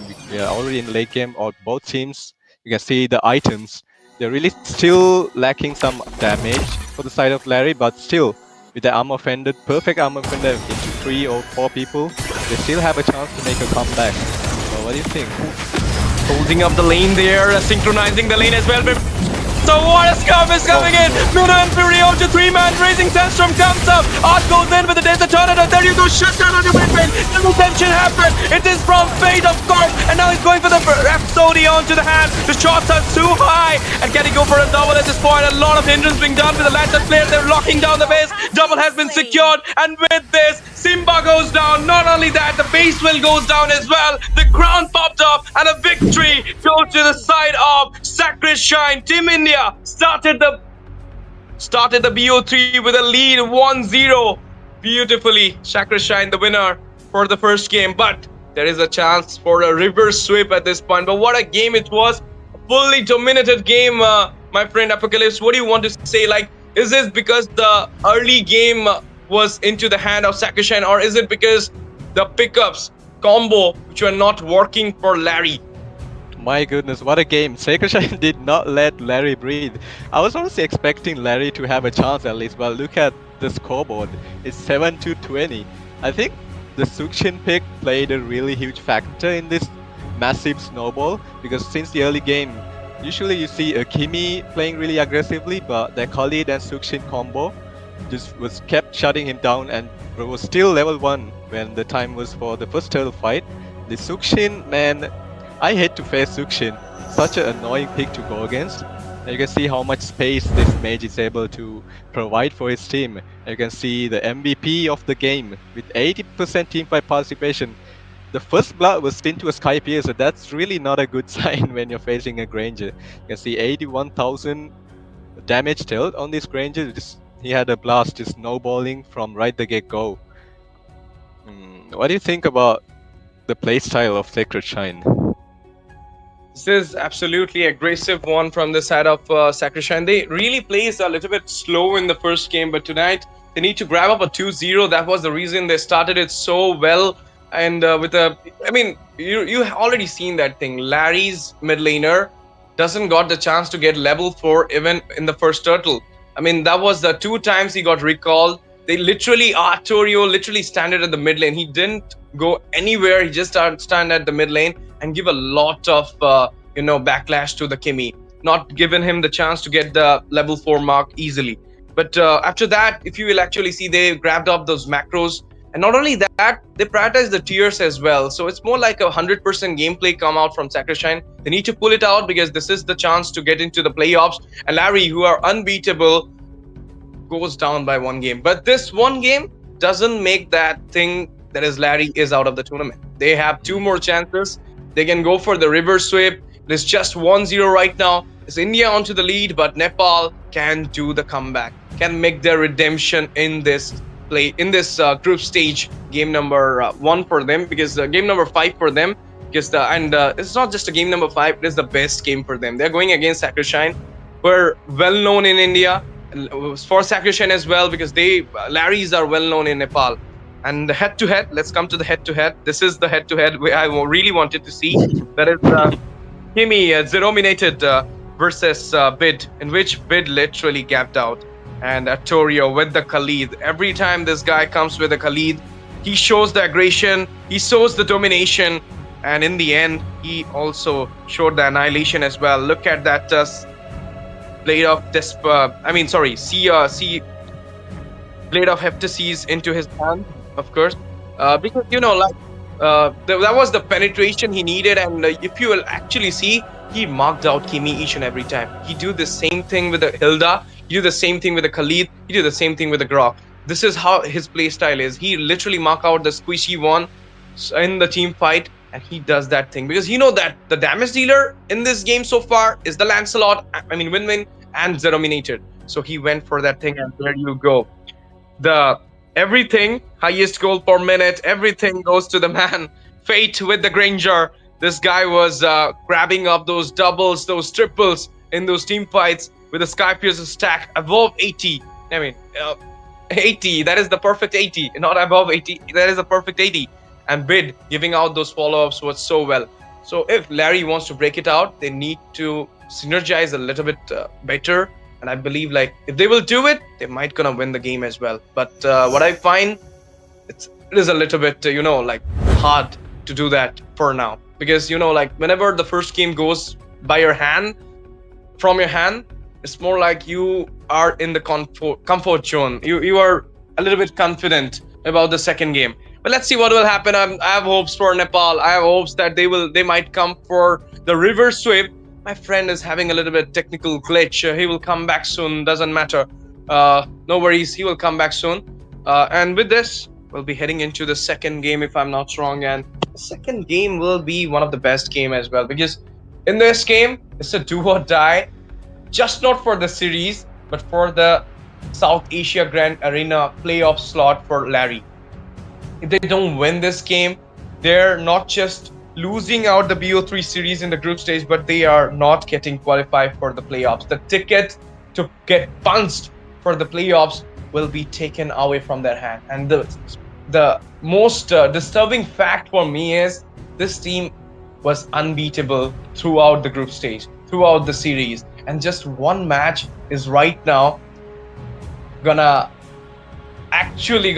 decide their future in this tournament. Like if you have learned the quote of like the one paper doesn't decide my future, but no, this one game does decide the future for the team Larry in this tournament. So not sure that how their mindset currently, because they will be a lot of pressure in their mind. They will be pressurized by this thing, but they need to pull out their ace gameplay, their A+ gameplay in this game. Otherwise, they're doomed. They will be taken away from Saga, and RKO will be the one getting the slot into the playoffs. So RKO players, Bhutan currently gonna cross their finger and help, praying their God that please God, let Sakrishine win this game with a 2-0.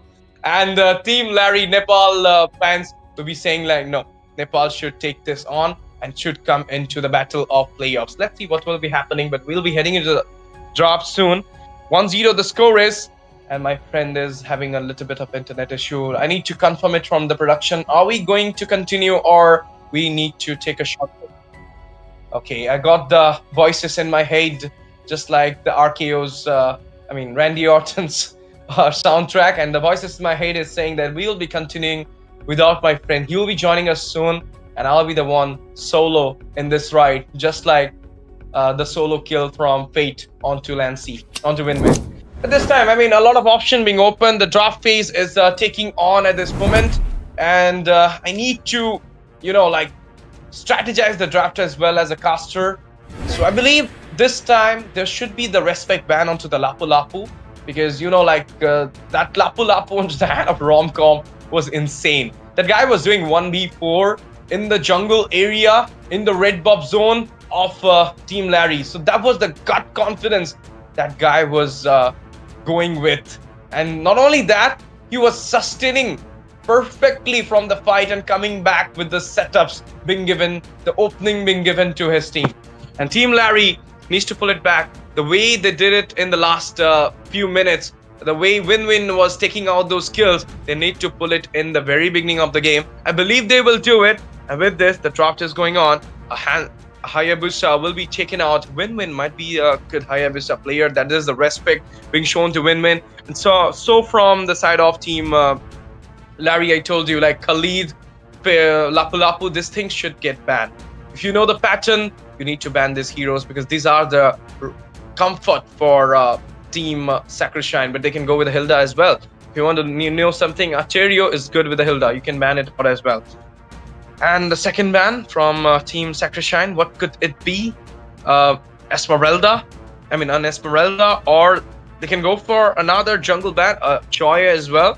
If they really wants to ban out something else, it might be the Lancelot. Last time it was open and it goes well with the hand of Win-Win. The main thing was it doesn't got a lot of support, a lot of opening, a lot of setups. And that was the reason of the backlash, because they were down with the 10k economy.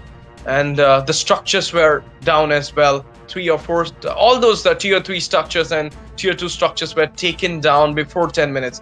Even the Holy Blessings goes off before the Lord can come up. So this is the reason, and this is the map control I was talking about. The blue sea converted into the red sea. The map control was so clear. The zoning was so perfect from Sakrishine. That was the reason the 100% gameplay make their way into the 1-0 victory. And as I mentioned, the Joy might be the option. It will be taken out as well from the side of Sakrishine. Jushin will be taken out. And Kimi. Can the Kimi get banned from the side of Larry, or are they going to ban the Hilda? Because they ban out 2 roamers here. They literally concentrate onto the Atorio's hero pool. And it will be the Esmeralda, sorry. They are really wanted to go for the Lapu Lapu. And here are the most top priority heroes into the ban list. The Gathotkacha, the Krog, and the CC with Kimi and Xbog. Currently, all these options are open. Xbog is there, CC is there. You can go with the Grok as well. And let's see what Sacrishine is actually pulling out in the first pick. They can go with the Kimmy as well. Bids love to play Kimmy, but if they're going with a Grok, I would suggest you should go with the Eve. But no, as I told you, a little bit whispering way that he can go for the Hilda, he went for it as well. And from the side of Team Malari, they don't want to miss the chance. They will go for the Grok. So with the Eve this time, the pick-off combo is there. RWM with the tech charge. If they go with the CC into the gold, it will be a cherry on the top of cake, because you know, like with the curtain call, you are going to binding perfectly two people and the tech charge will be knocking them up. Let's see what will be the options. But Lapu Lapu, as you ban the Esmeralda, you open the chance for the Lapu Lapu. This time I'm not sure the fate is onto the Lapu Lapu or Romcom. It is the flex coming out from the side of Team Sacrishine with the Kimi into the mid, as I mentioned before. I mean, throwing out the Grok and letting the Hilda into the mark and letting the Kimi into your hand and Lapu Lapu. If the Romcom get the Yuzong here, it will be the perfect scene for him, because there is the Eve, and Eve is vulnerable to the Black Dragon. Black Dragon can easily reach out to the backline. So the last picks. Oh my goodness. This is something big, something huge from the side of Larry. They're going with the Alice pick here. This is going to be a, you know, like team fight composition type of pick. And you know, like Grok, I was expecting the CC curtain call. Why to grab up two people with a curtain call, where you can grab up 4 to 5 people with the Blood's Win. The ultimate of Alice can grab up 5 people, and the tech charge can absolutely a maniac position. Will take up a maniac position, and then you can actually finish it up with a Fanny, or might be going for the Lancelot. The second banning phase is coming in as well, guys. And first ban from the second banning phase from the side of Team Larry, what it could be. Okay, the Yuzong, I told you, like, it might be the option for Romcom. He can go with the Yuzong and can target out the mid laner, the backliner. So they banned out the Yuzong here.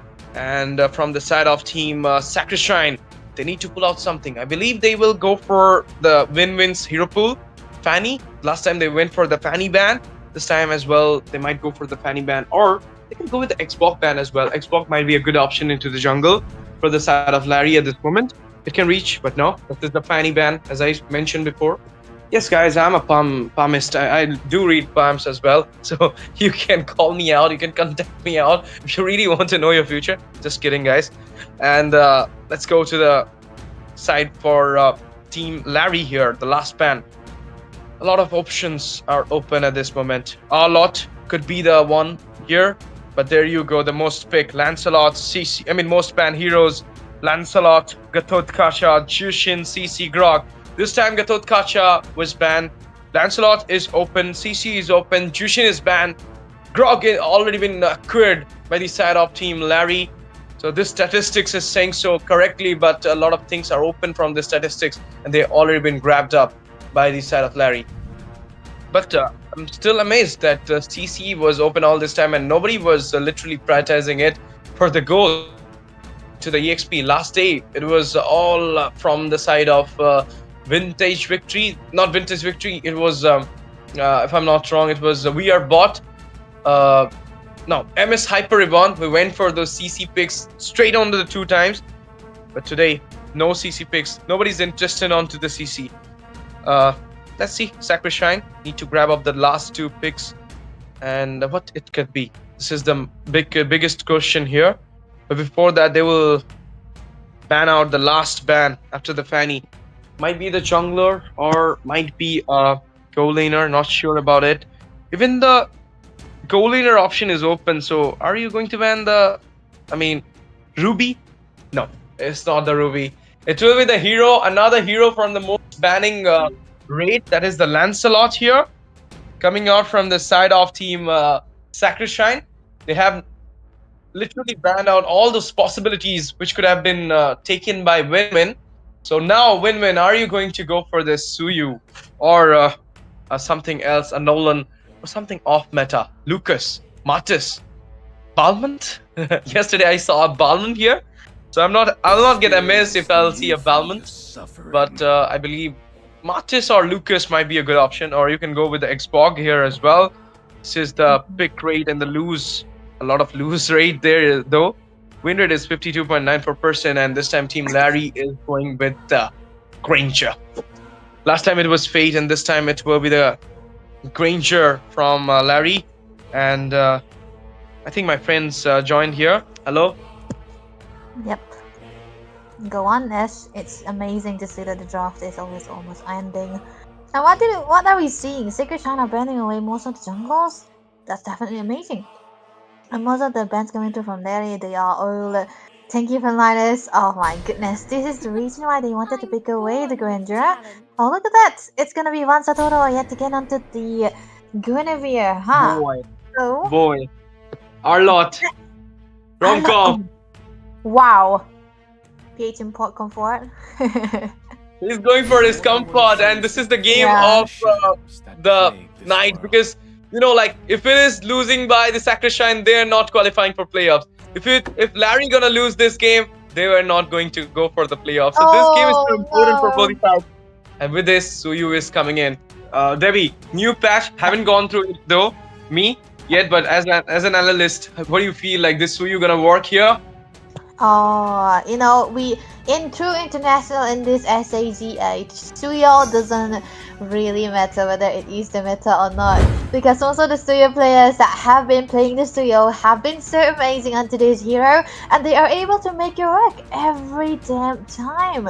So I feel like Win-Win was also the person who was using the Suyo very recently too, regularly as well. So let's see how it will be working out, because honestly speaking, Restricted Shrine doesn't really have the insta burst of the damage, but the Guinevere can go for a damage build for one Satoru, so that can actually be a problem for the Suyo. But then again, you have the Soul Silver and the Evil Color that can help you survive all of those onslaughts, so all of the jumps, so that can also be a very good option. But honestly speaking, man, Secret Shrine, they look like they wanna go for an early start.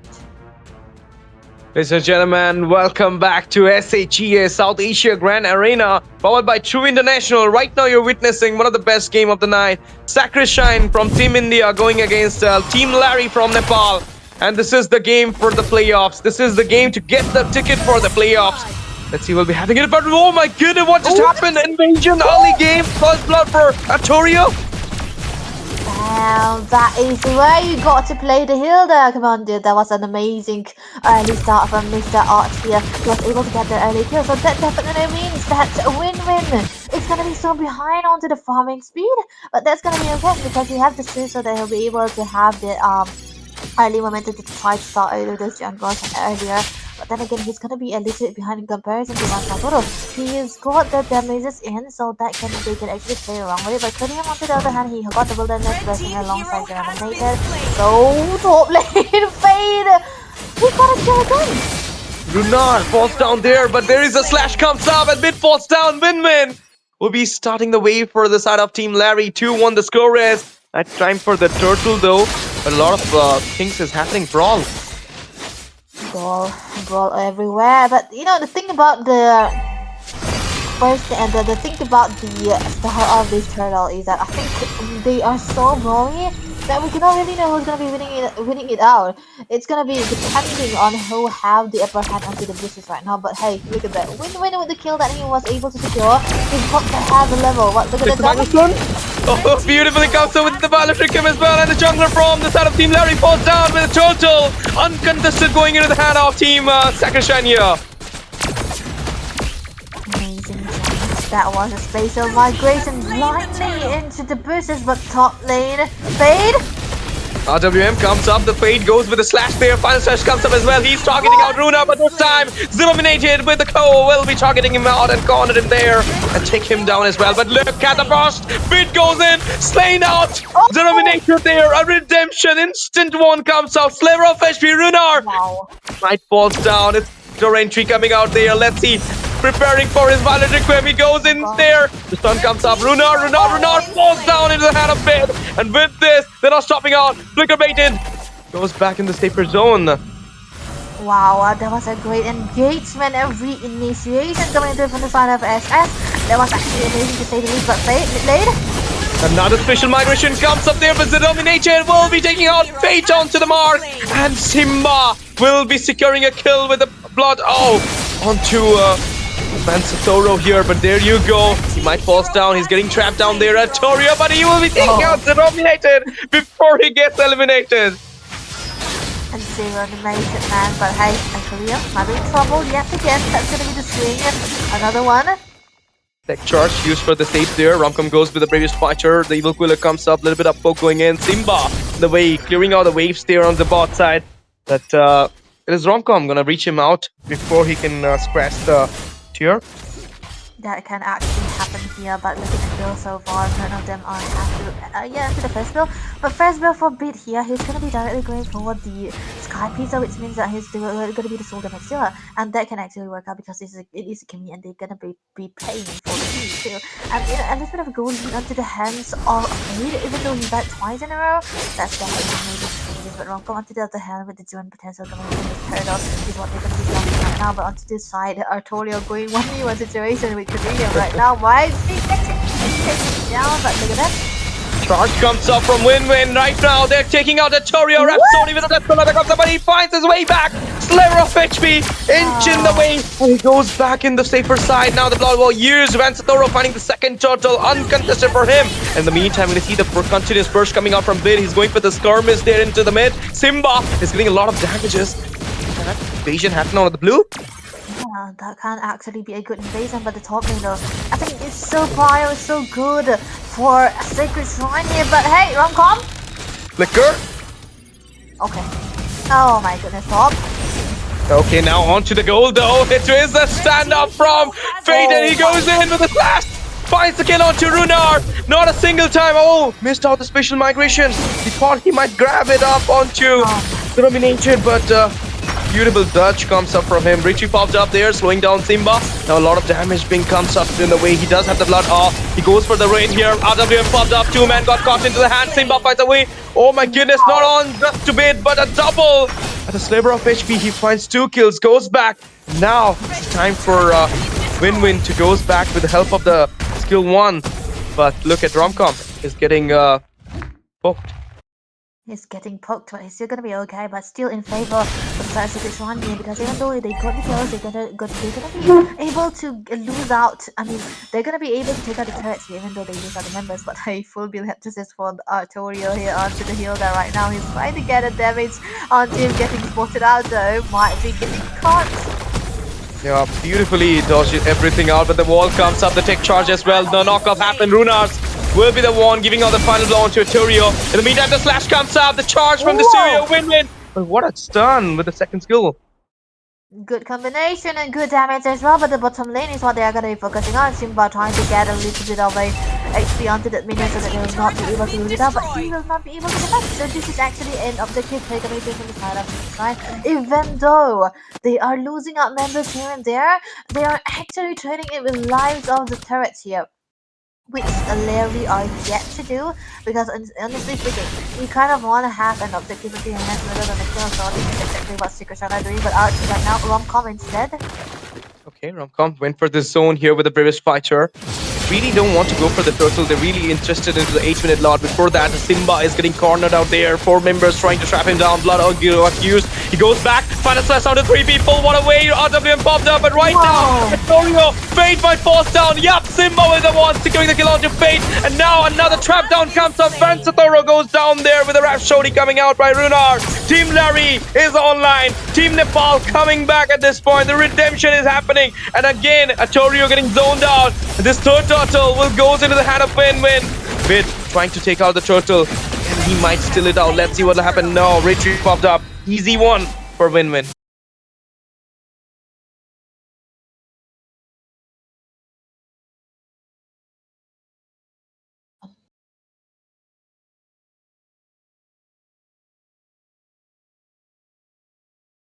Team hero has been slain. Double bid. Red team turret has been destroyed. Hero has been slain. Red team hero has been slain. Has slain the Lord. Red team hero has been slain. Oh, beautifully. We are back into the game, guys. A little bit of a technical glitch happened, and now it is Team SS who is going for it. Valerica with a special migration comes. A shutdown happened. It's a final blow given by Romcom there, and now they're cornering out the Grok there, and a unstoppable will be secured by Bid. What a way to secure it down there, and now they're cornering down Simba. Simba goes back with the blood off, but might be taking down as well. They're stunning him up there. The wave's been cleared out. They're going for the inhibitors. They definitely is, but this is looking so good for the side of Secret Shrine here. They have the lead, they have the goal, they have the damage, it's all on them. There we go. But hey, it's gonna be a drone, final slash. Oh, RWM popped up. They went back into the safer zone though. But there you go. The Blood Wind comes up with, I mean, the follow-up was good, but the execution was not so proper. They don't have a damage dealer who can actually take out SS members here. 16-14, 2 lead on the macro. Debbie. Yeah, that's definitely one of the most important facts that we can see and focus on to here, because the fact that there's always a damage coming through from Beat already full build, almost full build. Yeah, he got the Holy Crystal too. That's gonna be a damage that he'll be able to secure so far. Simba might be able to sustain down the score a little bit, but that can be okay. But on to the other hand, I think the win-win. He's just zoning away. He's just being able to play out the macro and trying to get the block that he deemed necessary. Because at this point of the time, I think Secret are always going to be grounded together. They want to stay in a good place so that they'll be able to play someone very, very unhinged. Like win-win, might be in trouble. Goes in there, he finds the red buff, and in front of the face of Win-Win. That was easy still though by Van Satoru. But we need to hold up the game here. 26 seconds for the lot to appear into the lineup dawn, and before that there is a slight goal lead you can talk about. It's just 4.6k though, but in 13 minutes of the game it is too high against Larry. But they can actually recuperate it back. There you go. Another storm is going in at the bot side. Runa finds a kill onto Artorio for the overextension. Wow! With the Valor game comes up as well. Monster being secured by Bid. And Bid is going in. And he'll be securing a double onto Simba. Can he even triple? The Sky Piercer is piercing out with a triple onto Win-Win. Team Sacred Shine tries his best and will be clearing out 3 members from the side of Team Larry before the Lord. And it will be an uncontested Lord coming into the side of Sacred Shine for sure. Wow, amazingly well done coming through from the side of Secret Shrine. They found ways to try to go in most of the time, even if they lose that. Oh, look at that! Okay, goes in with the killing spree. Romcom started away with the previous fighter. Now the minions standing at the hallway of the base. Inhibitor forced down from the top. The bot one will be taken out as well. Everything is clear for the Nexus. Can they take it out at this moment? It is open for the side of Sacred Shine, but look at that Violet. Van Satoru is currently taking out the Lord by himself. A solo Lord been cooking on, and he'll be coming up with it. Do you think, is there any chance Larry can make their comeback? The unbeatable Kings of Nepal. Oh, that's very, very hard to predict, because they have a Granger who doesn't really clear that much, but it's all into the hands of Simba. If he's able to create a spacing for the team, if he's able to join away Bid especially, then that could become a very, very best case for them, as a great moment for them all too well. But hey, the Lord is not going to be decided. The Nexus is to leave things completely open. Who will do fun? Deflecting the Lord's way at this point. Tech charge comes up. 3-man knockup happened. RWM popping over there. Blood's rain will be coming out by Simba as well. They're knocking them up. They're still standing strong, but there you go. They need to come back as well. Defending it away from Sacred at this moment. Look at the damage coming out from Bid. He's guarding the win, but there you go. The Dominated will be taking out Fate from the Land of Dawn, and it will be a defense come out from the side of Team Larry at last. What a way to defend it out. Actually amazing to say the least, because it could have been a very, very good Eve, and only if there was a good set coming through from Fate, right? But hey, good journey from Simba there. We kind of know that they're going to be trying to distract out the Lord from the bases, and he's thinking enough to do that too. And I think it falls mostly into his hands how they were able to made it well. But there's also a fact that the Eve eliminated. He got the perfect timing onto the ultimate. He wasn't reached out. But then again, we can see the build reveal almost full build for the Granger here too. He will be hurting Lord now. It's just that he's gonna be needing a little bit of spacing. Runar, he's really not reaching to the stack of the piece, and that's away. Next. Game there, a little bit of overextension happened. Ravish Fire being used. Romcom goes in there. Artorio finds a kill onto Runar. In the meantime, the Valorant game comes up. So it's the spatial migration as well. Bloodwind being used. Simba is getting cornered there. He might goes back, but in the mid, Artorio falls down in the hand of Win-Win. Look at the chase being done. Valoricum comes up there. It's a knockoff happen onto Simba, but he's still sustaining out. Bloodwind, oh no, Bid with the penetration.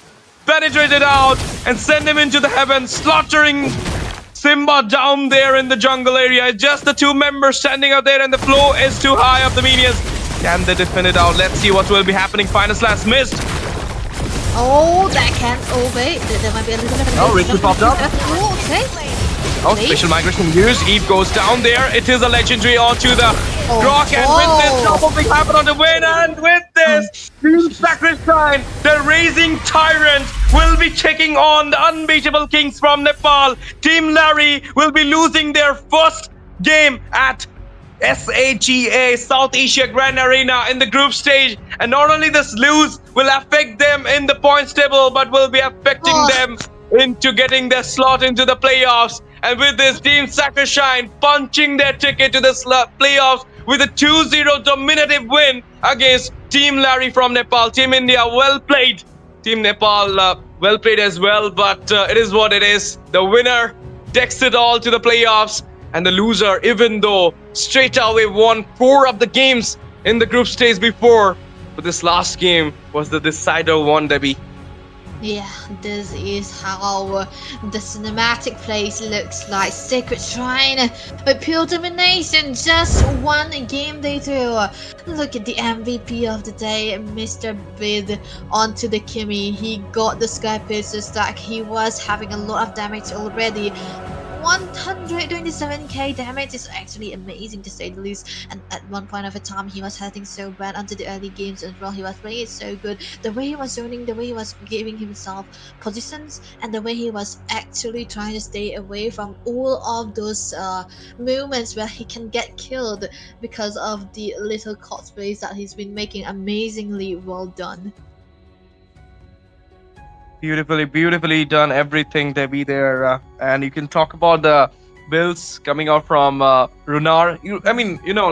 I believe Runar and Zerominated literally played so well, but it is the zone coming out from Arturio with the Hilda. Yeah. Every time he do this thing, whenever he goes with the Hilda, with the Khalid, he goes for that little bit attacking item that is the Heptases, and he literally mark out those squishy ones. Head-to-head comes up here.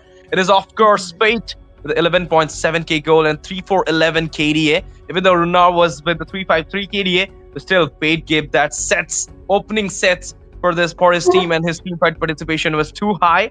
That was the reason he took out the game in the head-to-head against Runar.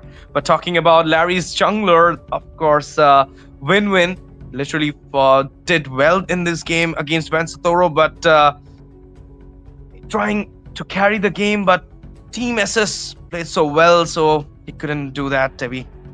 Yeah, exactly. But this is the main source of damages from both of the teams, the mid laners here. I think Fate Beat they have a lot of damage onto the Kimmy.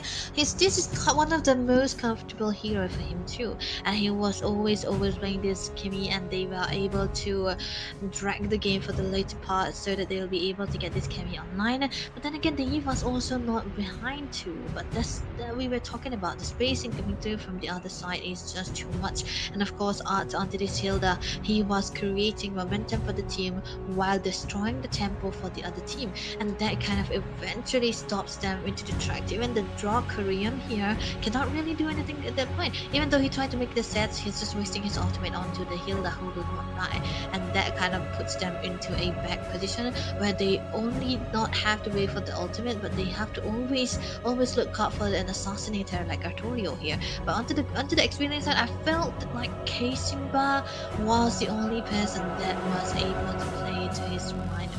He was able to get out the Mrs. Ton, he was able to get the Jones, he was able to get all of those momentums to create for the team as well. But yeah, there's always a tempo breaker onto the side of a Sacred Shrine, and it's always going to be out. But on the other hand, we can see the Reachers and the most damage dealer, highest damage dealer, is going to be Bid both in one place. What a KDA! What a beautiful KDA! Just from Vid, of course, because of the Sky Pierce's tag, he grabbed up that triple. I thought he will go for the Maniac here in the decider match, but now it's time for the points table to pop up. If I'm not wrong, I really want to see who is there in the. Yeah, of course. There we go. Hey guys, I'm sorry I told that RKO, but it is We Are Bot from Bangladesh and Sakrishine. Congratulations, two of you, to take your throne into the playoffs. And not only that, from the group B, it is Onyx Paradox and Vintage Victory. These four teams are the one qualifying from the for the playoffs in this SAGA South Asia Grand Arena, which will be coming soon. Their journey and the matches, Sakrishine, if I'm not wrong, it will be Sakrishine versus Vintage Victory and Onyx Paradox versus We Are Bot in the semi-finals. And then the journey for the lower bracket and the upper bracket will start, Debbie. Yep, exactly. That's gonna be the double elimination that we are gonna be looking forward to into the next round.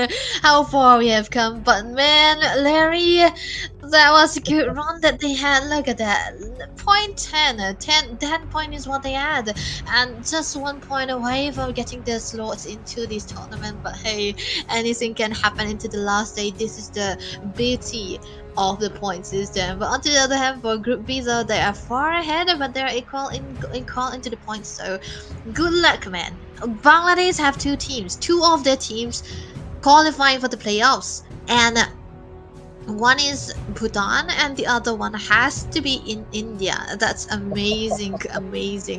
Wow, that was an amazing scenario. I would have thought that, you know, we might eventually have 4 different countries. That could have been a very, very big, but it's still a good one. You know, what would have happened if Vintage was under the top instead of Onyx Paradox? They could have won. They would have been going against their own team, their own nation, right? Yeah. But good one here. Onyx Paradise was into the top, so that means that they will not be casting it out. But hey, it's all into the hands of the double elimination round also, because we also have the time to come to. We're gonna be having finals into the Sundays as well, so that can be said too. But we have the best of the teams here right now, as we have some good teams that have been appearing, but they weren't able to do so here. So another game is what we're gonna be seeing here. Look at that. We already predicted, right? Secret Shine versus Vintage Victory, Onyx Paradox. They are going to be going against We Are Bot, and whoever wins will be onto the upper bracket here again, and they'll be fighting each other. Maybe in the best of 5, that's the possibility. But it's not going to be a last chance, right? Because there's always going to be the double elimination lower brackets. It's like Bangladesh are like the Philippines of the world stage. The two of the teams are getting qualified for the playoffs. India versus Bangladesh, Bhutan versus Bangladesh, and let's see who will be going for the upper bracket. Is it India, Bhutan, or two of the Bangladesh teams? It will be fun to watch from tomorrow onwards. But we do have last match. There it is Armageddon going against September 9 or X3 Catalyst. September 9, I believe. Yeah, September 9. Yeah. So that match will be a match for the proud. That match pride. That match will be for the match for your win, you can say. But doesn't matter. Well played by all those teams who participated in Saga. Each of the 2 teams from each of the countries.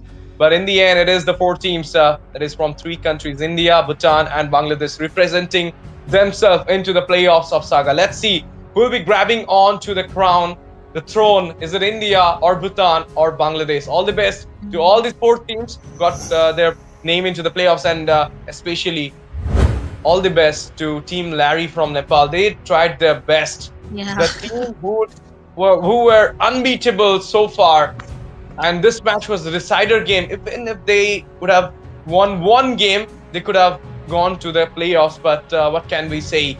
It is the dominative win by Team Sakrishine, who doesn't want to give a single win to Team Larry to get selected for the playoffs, to get qualified for the playoffs. And with this, the journey of Team Larry will be done in the tournament Saga, powered by True International. I hope you guys will be shining in some other tournament, but well played, guys. Being unbeatable and getting out in the last match is really heartbreaking, but I believe you will be collecting all of yourself back and coming back stronger, because this is just the teaser tournament of True International. The main is yet to come. So I want you all to get prepared for the main one, and in the main stage, show your best skills and take on the crown. With this, Debbie, it's time for us to take the break because at 11 o'clock, we'll be having the third game and the last game of the group stage. And from that, the group stage of the SAGA will be over. So we'll be coming back soon, guys. So stay hydrated, stay tuned with us. Thank you for joining. Thank you for watching. Love you all. And be there, guys. Subscribe to us, to our channel. Don't forget to like the stream. Comment in the stream whom we are supporting, India or September 9. That is Nepal. Nepal? Yeah. Nepal. Yep, Nepal. So with this, thank you so much, guys.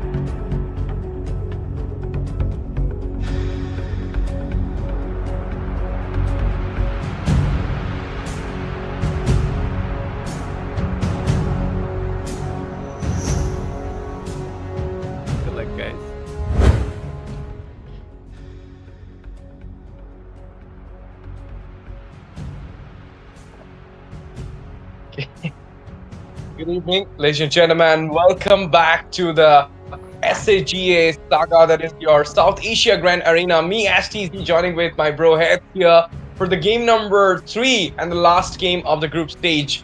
That is between Team Armageddon Esports representing India versus Team September 9 representing Nepal. This is the last game so far, and this will be a BO3 game series of game. And the first match is being done by, I'm not sure what will be the picks up, but this is a match for pride. It's not for anything else, because this match will not get any conclusion, but it will just give the pride to the teams, because you don't want to finish your tournament, it's the group stage, with a defeat. So obviously I want India, so do Nepal, to take on a victory, because the last game was so fire up. It was Team India who managed to give a 2-0 victory against Team Nepal, that is Larry, and make them knock out from the SAGA and take their spot onto the playoffs. So what do you feel, who gonna take on this game? Is it Armageddon or is it September 9? And if this team gonna take on the game, at which score they will be taking it on? Now, looking at both the teams, yep, as you said, it's just, they are fighting for their pride, because both the teams, they have nothing to lose, as both of them, they failed to qualify. But yeah, it is going to be a fight for the pride. And September 9, it is from Team Nepal, and Armageddon Esports from Team India. So for September 9, it's also going to be like a redemption match for, Team Larry, who barely, did not manage to qualify just because of that one defeat throughout the tournament, and that's really sad for them. But looking into this match, let's see, we are already into the drafting phase. So Armageddon Esports and September 9, I think they were in the third position, but because both Vintage Victories and Onyx Paradox both won with a clean sweep, they don't have a chance to qualify.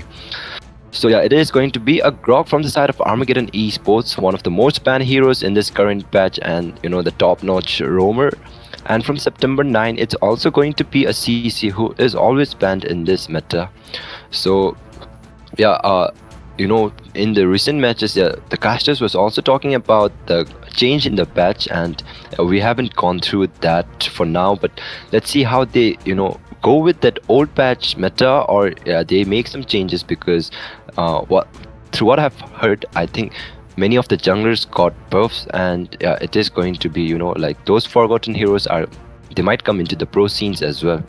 But for now, let's look most banned heroes here. It is the Grok as well as the Katotkacha. So yeah, two top tier roamers, S tier roamers in this meta, they are the priority in those ban lists. Yeah, of course, after banning out the CC, you don't want to leave out that Katotkacha as well. And this is the most banned heroes in the patch, as well as in SAGA so far. And banning out the Jushin also opening a lot of chances to pick out those utility junglers for your side, the Fedrin, the Bakshia. Even you can also go for the Lucas. And as my friend Apocalypse mentioned, that the new patch is already here into the ML scene. What happening. Suyu got the buff, Nolan got the buff, these two new junglers got the buff just before the M7. So we might gonna see all these heroes coming back into the scenario once for a time. But now it will be the Ishan Shin, one of the double S tier jungler from the scene. Not sure that he's still in that mark or not. I haven't gone through the new patch yet, but I will go through soon, and we'll talk about it tomorrow for sure. But for now, I'm just gonna talk about the old patch things. And here we go from the side of Team September 9, the last ban. They already banned out the Lancelot with the Katotkacha. They might go for that Hayabusa ban, as the Ishan Shin is already taken out. All those assassin S tier and double S tier junglers will be taken out, and for both these sides, the utility ones will be left with the Joy, Suyu, and the new patch meta junglers. Yep, indeed. Yeah, as you said, those heroes just got a buff, and yeah, it's right before M7, and let's see how there is changes. And as a casters, as we also need to get up to date with the new patch, as we are going for the playoffs from tomorrow, if I'm not wrong. And Yep, it is going to be really fun to see those new heroes, those forgotten ones coming back into the pro scene. But for now, Armageddon Esports, they have their first pick, and it is going to be the Gatot, as it was not banned from both the sides. And yeah, it is. If he is not banned, it is sure that one of the team, or maybe the first one to have the first pick, is going to pick him right away.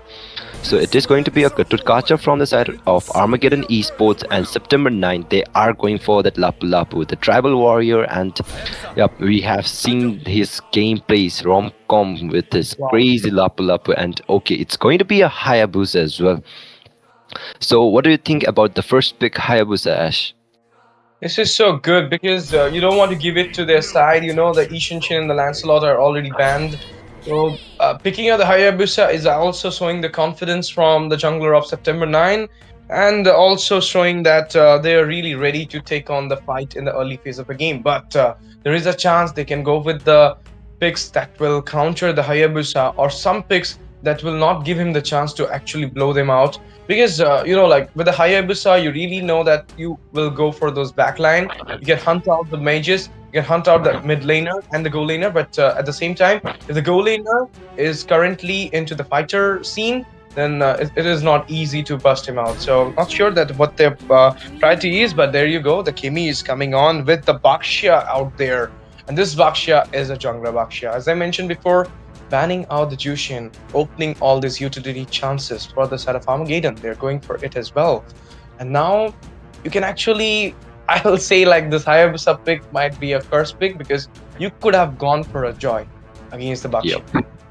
Could have got that Kimi out there as well with a Joy. Yep, indeed, because a Joy is, I think, more flexible when you are up against a Bakshia.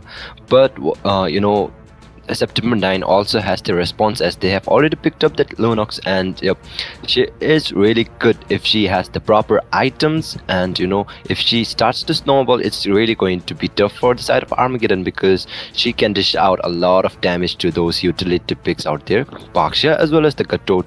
And yeah, Kimi, it's, you know, kind of hard to catch, but yeah, once Serap, who is on that Hayabusa, catches Kimi out there, it's going to be tough for Kimi as well, because either you gotta waste your Purify or the Flicker, and it is going to be a huge resource to, you know, being wasted. And yeah, looking at the bans, it's September 9 who are going with that Moskov, which is, you know, quite I don't know, like unreasonable for now. And there is a Yuzhong being banned from the side of Armageddon Esports.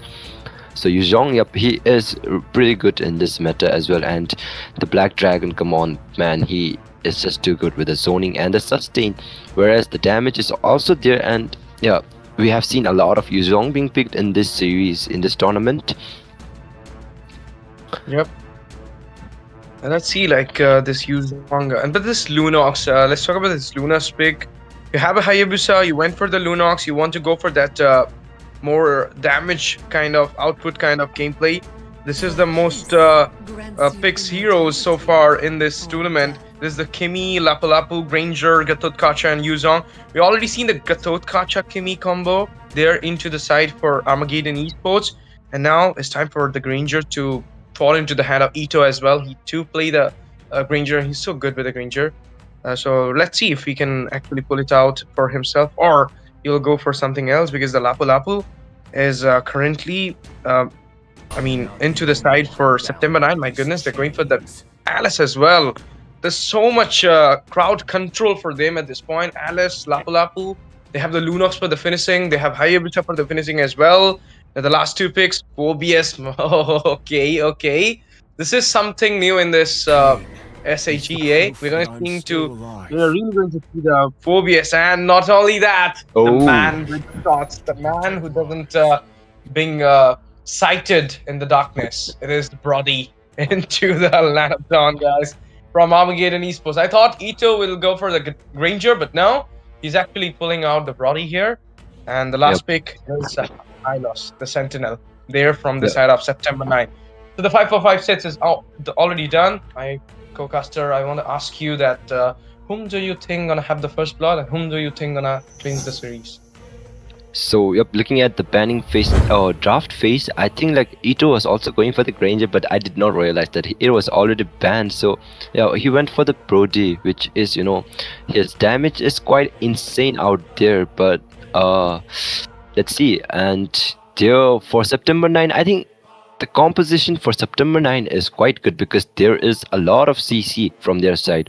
Super Jenny Curie on that Lapu Lapu, a lot of CC with that Bravest Fighter and Landshaker, Omega Flow on that Alice, a lot of CC as well with that Throne of Ruin, and yep, there is Sandesh as well for that, you know, follow-up is, and the damage output, the burst coming out from the Lunox and Hayabusa, it's also going to be crazy. But yeah, Armageddon Esports, they also have their, you know, comp well and good because they have a lot of, you know, sustain the 4Vs, the Gadot as well as the Bakshia. But I think the main thing they are lacking right now is the crowd control, because if the Dark Wave misses, there is going to be a lack of Infernal Pursuit coming out from 4Vs as well as the Gadot. With this, ladies and gentlemen, welcome back all of you to the Land of Dawn at SAGA, powered by True Internationals, co-sponsored with Vista. Here we are for the game number 1 between Team Armageddon Esports versus September 9, the game for Pride. Now already the early game skirmish is happening there. It is Armageddon who is channeling out the gang. The skirmish for them and might be gonna catch up the first blood onto the high loss. Clever of HP, it will be Swain securing the first blood onto Sandesh. Beautifully slaying him down, and now the Quad Shadow comes up. Hayabusa goes in there, but it will be Omega Flow taking out the lead onto Stream Flame easily. 1-for-1 the trade is Roamer for Roamer. Oh, that was a quite good follow-up coming out from both the teams. First it was Sandesh who gets taken down out there, but yeah, the follow-up from the side of September 9 was quite out there.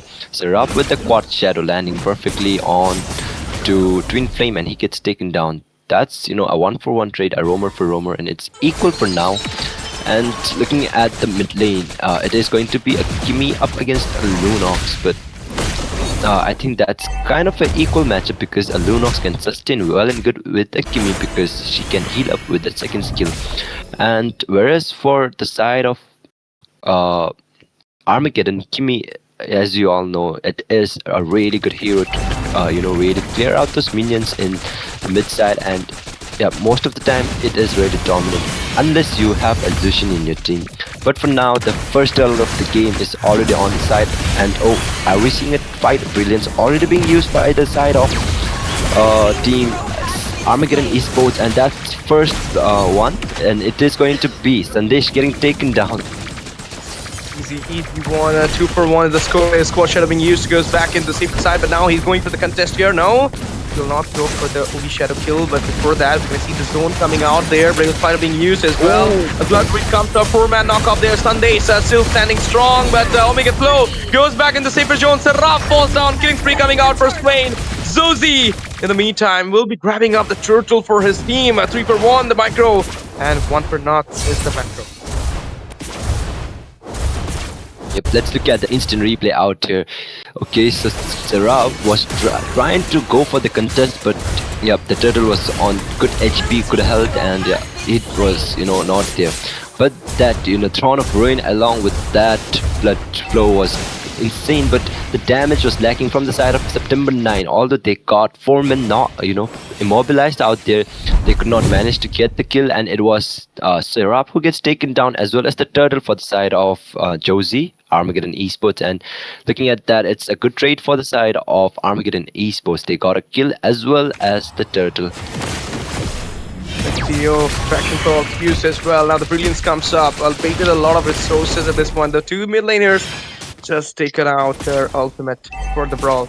Before that, Brody right now onto the bot section, playing very safe, but already another kill has been taken out. Apulapu goes back there, was not anticipating inside the bush, and now Hylas, before he can use cast out that glorious pathway, he will be taken out by Swain. What a start for Swain in this game. It's just Swain's game, I believe, because look at the KDA 4-0-0. He's on a mega kill, and he's about to take an unstoppable for him. Before that, they're just going for that early game bot rush, you can say, because they will be grabbing up that tier 1 to the bot. settling the macro score once again for them and the lead against team September 9. And yep, I think that Swain is really getting this early snowball from this, and yeah, we all again have a team fight, and it's Omega Flow who might get taken down, but yes, it is Ito who gets the kill and a stack on his Sky Piercer as well. He got shortlisted by the Brody there and beautifully being taken out with the ultimate. Now it's time for the turtle. I don't think that they will go for that blue buff invasion, but Glorious Pathway will be used to get into the safer zone. Right decision though, but in the meantime, the Kutkacha got slowed down there. Bakship grabbed up the turtle for the second time. Now it is once again, you can say the macro lead coming out from the side of Armageddon Esports, having a goal lead of 2.8k. Economy wise, they are high at this point, and there you go. Just want to take out the tier, change out the lane after grabbing up the tier onto the bot. Now there might be a fight coming in soon. Okay, there you go. They went for this stun here, so do the Ravis Fighter will be used.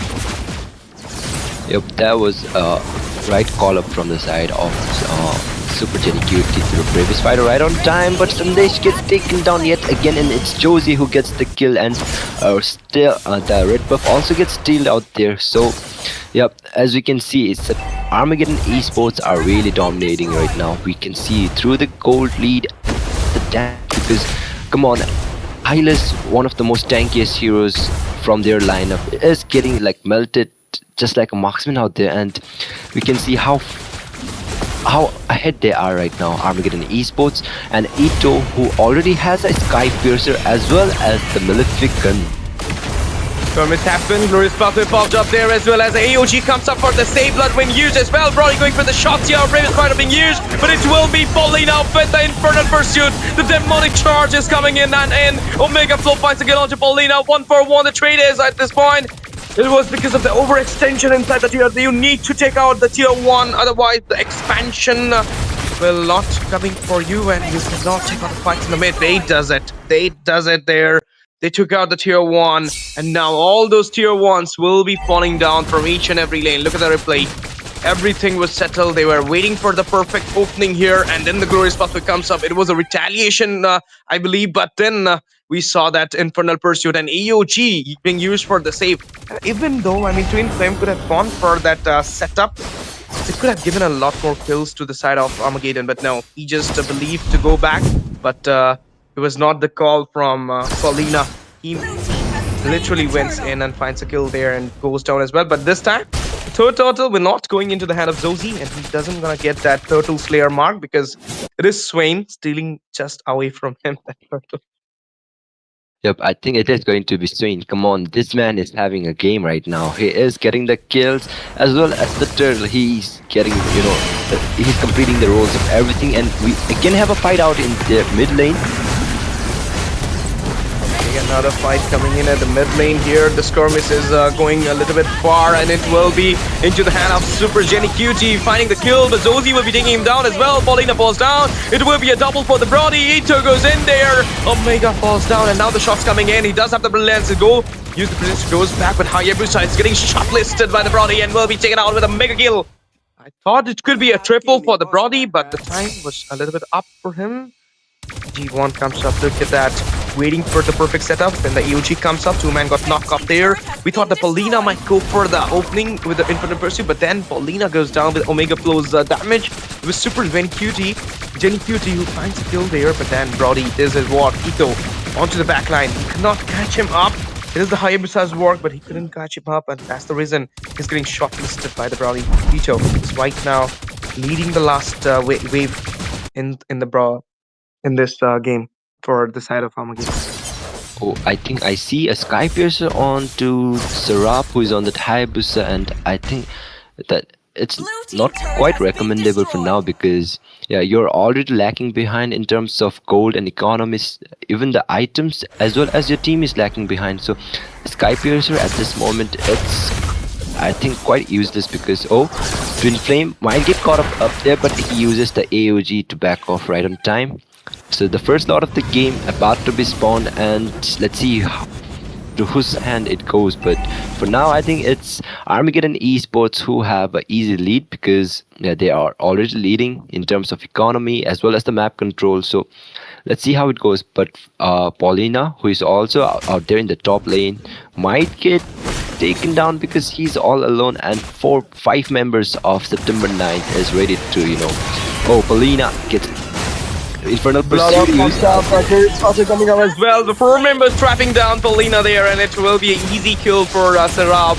But in the meantime, they wasted all those resources to take down Paulina, and that will cost him the Lord as well. They're not aware of the Lord being dancing there for Armageddon Esports, and with this one shot, it will be the tier 2 getting destroyed, demolished at the side of Armageddon Esports into the bot, letting the Lord. What do you think, Lord? I think Lord will come from the mid. Yep, I think the Lord is going to come from the mid because the Holy Shield is there, but the shortest route is what the Lord is going to follow, and yes, it is coming from the mid side. And let's see how September 9 tries to defend and what are the gains for Armageddon, because with this Lord, I think the most they can do is get that second tier turret in the top, as well as might be the inhibitor in the mid lane. But let's see if they pull up a good defense, the inhibitor also might be safe. They're actually synchronizing the lane at this moment, and with that, Holy Blessings, the Lord will be defended as easy as possible from the side of September 9. The other Ugi Shadow kills being used, with the Quad Shadow being used to goes back there, but he's getting chased by Zozi. Not a good idea, but there is a fight coming up. AOG comes up by Twin Flame. He can knock off 2 members, but Lilim finds the kill there with the burst, and now the burst fighter being used to goes back. I thought the demonic charge was the shot finds unstoppable double onto Lilim. Beautifully being done, beautifully being aggression being shown by the side of Armageddon, and with this, inhibitor into the mid will be falling down, opening the nexus for the side of Armageddon. Holy Blessing goes up as well. So now, right now, the 2 inhibitors standing from the top and the bot, and a lot of skirmishes being happening there. Zozi goes for the zone here. Twin Flame as well. They're just locking down the base with that 1 cannon minion standing at the base at this point. Glorious Pathway popped up. All those waves has been cleared out at this point, and this mid wave might be the one vulnerable for the side of September 9. It might get the chance to take out the base here. Okay, they managed to defend it up. They managed to clear out the waves, and now onto the top. Another wave coming in. That it will get done by the side of September 9. It for Armageddon Esports, the best they can do is get that mid inhibitor turret as well as the they have done it. They might have to wait for the second Lord to really go for 9. For now, they just need to defend and clear those lanes because the waves are coming, and they are forcing a fight. The side of Armageddon Esports are trying to force a fight. Glorious Pathway used. Okay, yeah. I mean, the Glorious Pathway used their hits, and I thought the one person might gonna get the hand onto the Hylos, but it was the Glorious Pathway who helped him to have that little bit of mobility, and for that reason, he finds his way back there to the base. Now, it's time for the Lord. 9 seconds away from the Land of Dawn, and at this point, with the goal lead of 8.2k, do you believe September 9 will contest it? Contest this Lord because the goal is quite high for them, and Ito gets taken down. Off cam kill there, shutdown chance happened for to Ito. I mean, what the boy was doing there? Is he clearing the lane solo?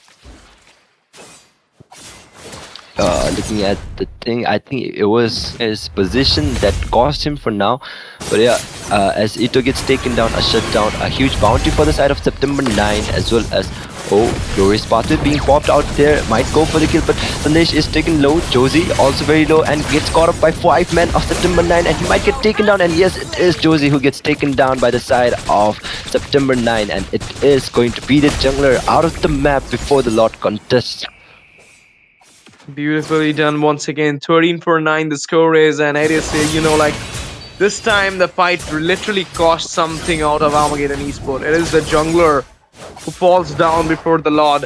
There is a time for Team September 9 where they were getting backlashes, but now they took out jungler just after taking out Ito. This is the reason because they got some goal lead, some bounties into their hand, and the goal lead of 8k just faded into the 4.2k. So the economy is getting lower and lower, and it will help them a lot. Hayabusa going for the split push onto the bot side, grab up a tier 1 there, but you need to be here for the Lord as well, because this is the main thing, the main objective you can go for. But no, he's so determined to the tiers split pushing.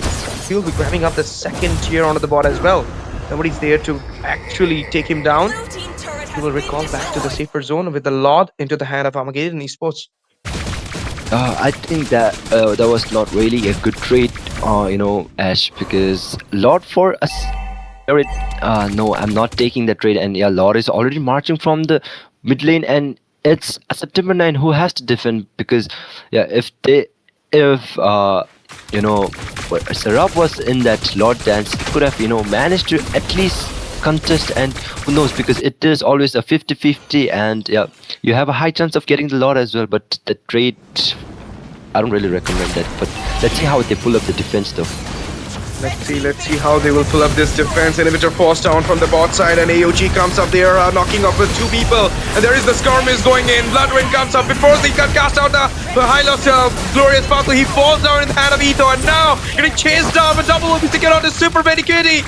Jenny Cutie falls down, Lord entering into the Nemesis, and knockup happens. The 2 with the Dominic charge coming over there. Serabi falls down with also people on the Lilith. It's just the 1 member standing there, and the minions are hitting our way there. And with the wipeout, it will be Team Armageddon Esports from India taking on the victory, taking on the lead in this BO3 series. 1-0 the status. And what a victory from Armageddon. Didn't give a chance to flinch even. With a dominative statement, with a clear rotation, they managed to secure the crown there, standing at the throne of September 9. They need to retaliate, they need to show their redemption in the second game, otherwise it will be a 2-0 clean sweep, and the pride will be taken away from your hand, Nepal. Okay, so the MVP of the game, it is going to be Swain. Damn, this man has 100% kill participation.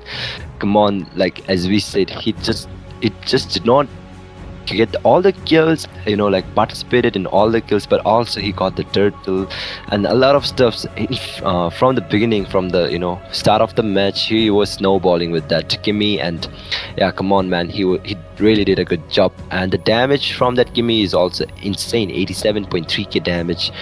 And yeah, Armageddon Esports, they really dominated this match, starting from the early phase of the game to the last minute. They really did a good job. And the last minute dark wave from Paulina, man, a 3-man knockup, and that's the point where the game ended. And Ito, man, with that Brody, he really did a good job with that Brody. The Sky Piercer stacks were, really high, as well as those items. He really got those items very fast, and yeah, he could already dish out a lot of damage. No one was safe from the side of September 9. Even the most tankiest hero, Hylas as well as the Alice, they were like chunked down to half HPs with just 2 or 3 shots from that Brody, and yeah, it was well and good for the side of Armageddon Esports. Here, talking about those junglers, Josie and Serap. Josie, he really did a good job getting all those objectives as a jungler, as a utility jungler. That's the main work you gotta do, and yeah, he did it perfectly. Whereas Serap, he went for that split push. I think that was the point where it cost the side of September 9, because Josie, for that time, he was not out there in the map. He was, yet to be respawned, and Serap could have gone for the lot contest. Like, they could have called out for the lot contest, but yeah, he had another plans going for that split push, which was not recommendable here. But Sandesh, he did not have his time, he did not have his game in this match, because all he was doing was going into the front, getting those hits, and yeah, he could not sustain enough for that prolonged team fight. He was getting taken down time and again by Ito as well as Swain.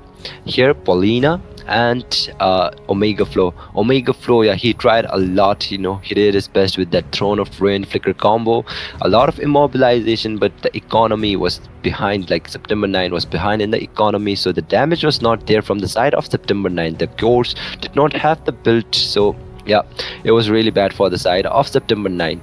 So here, looking at the overview, highest GPM goes to Ito with 842 on that Brody.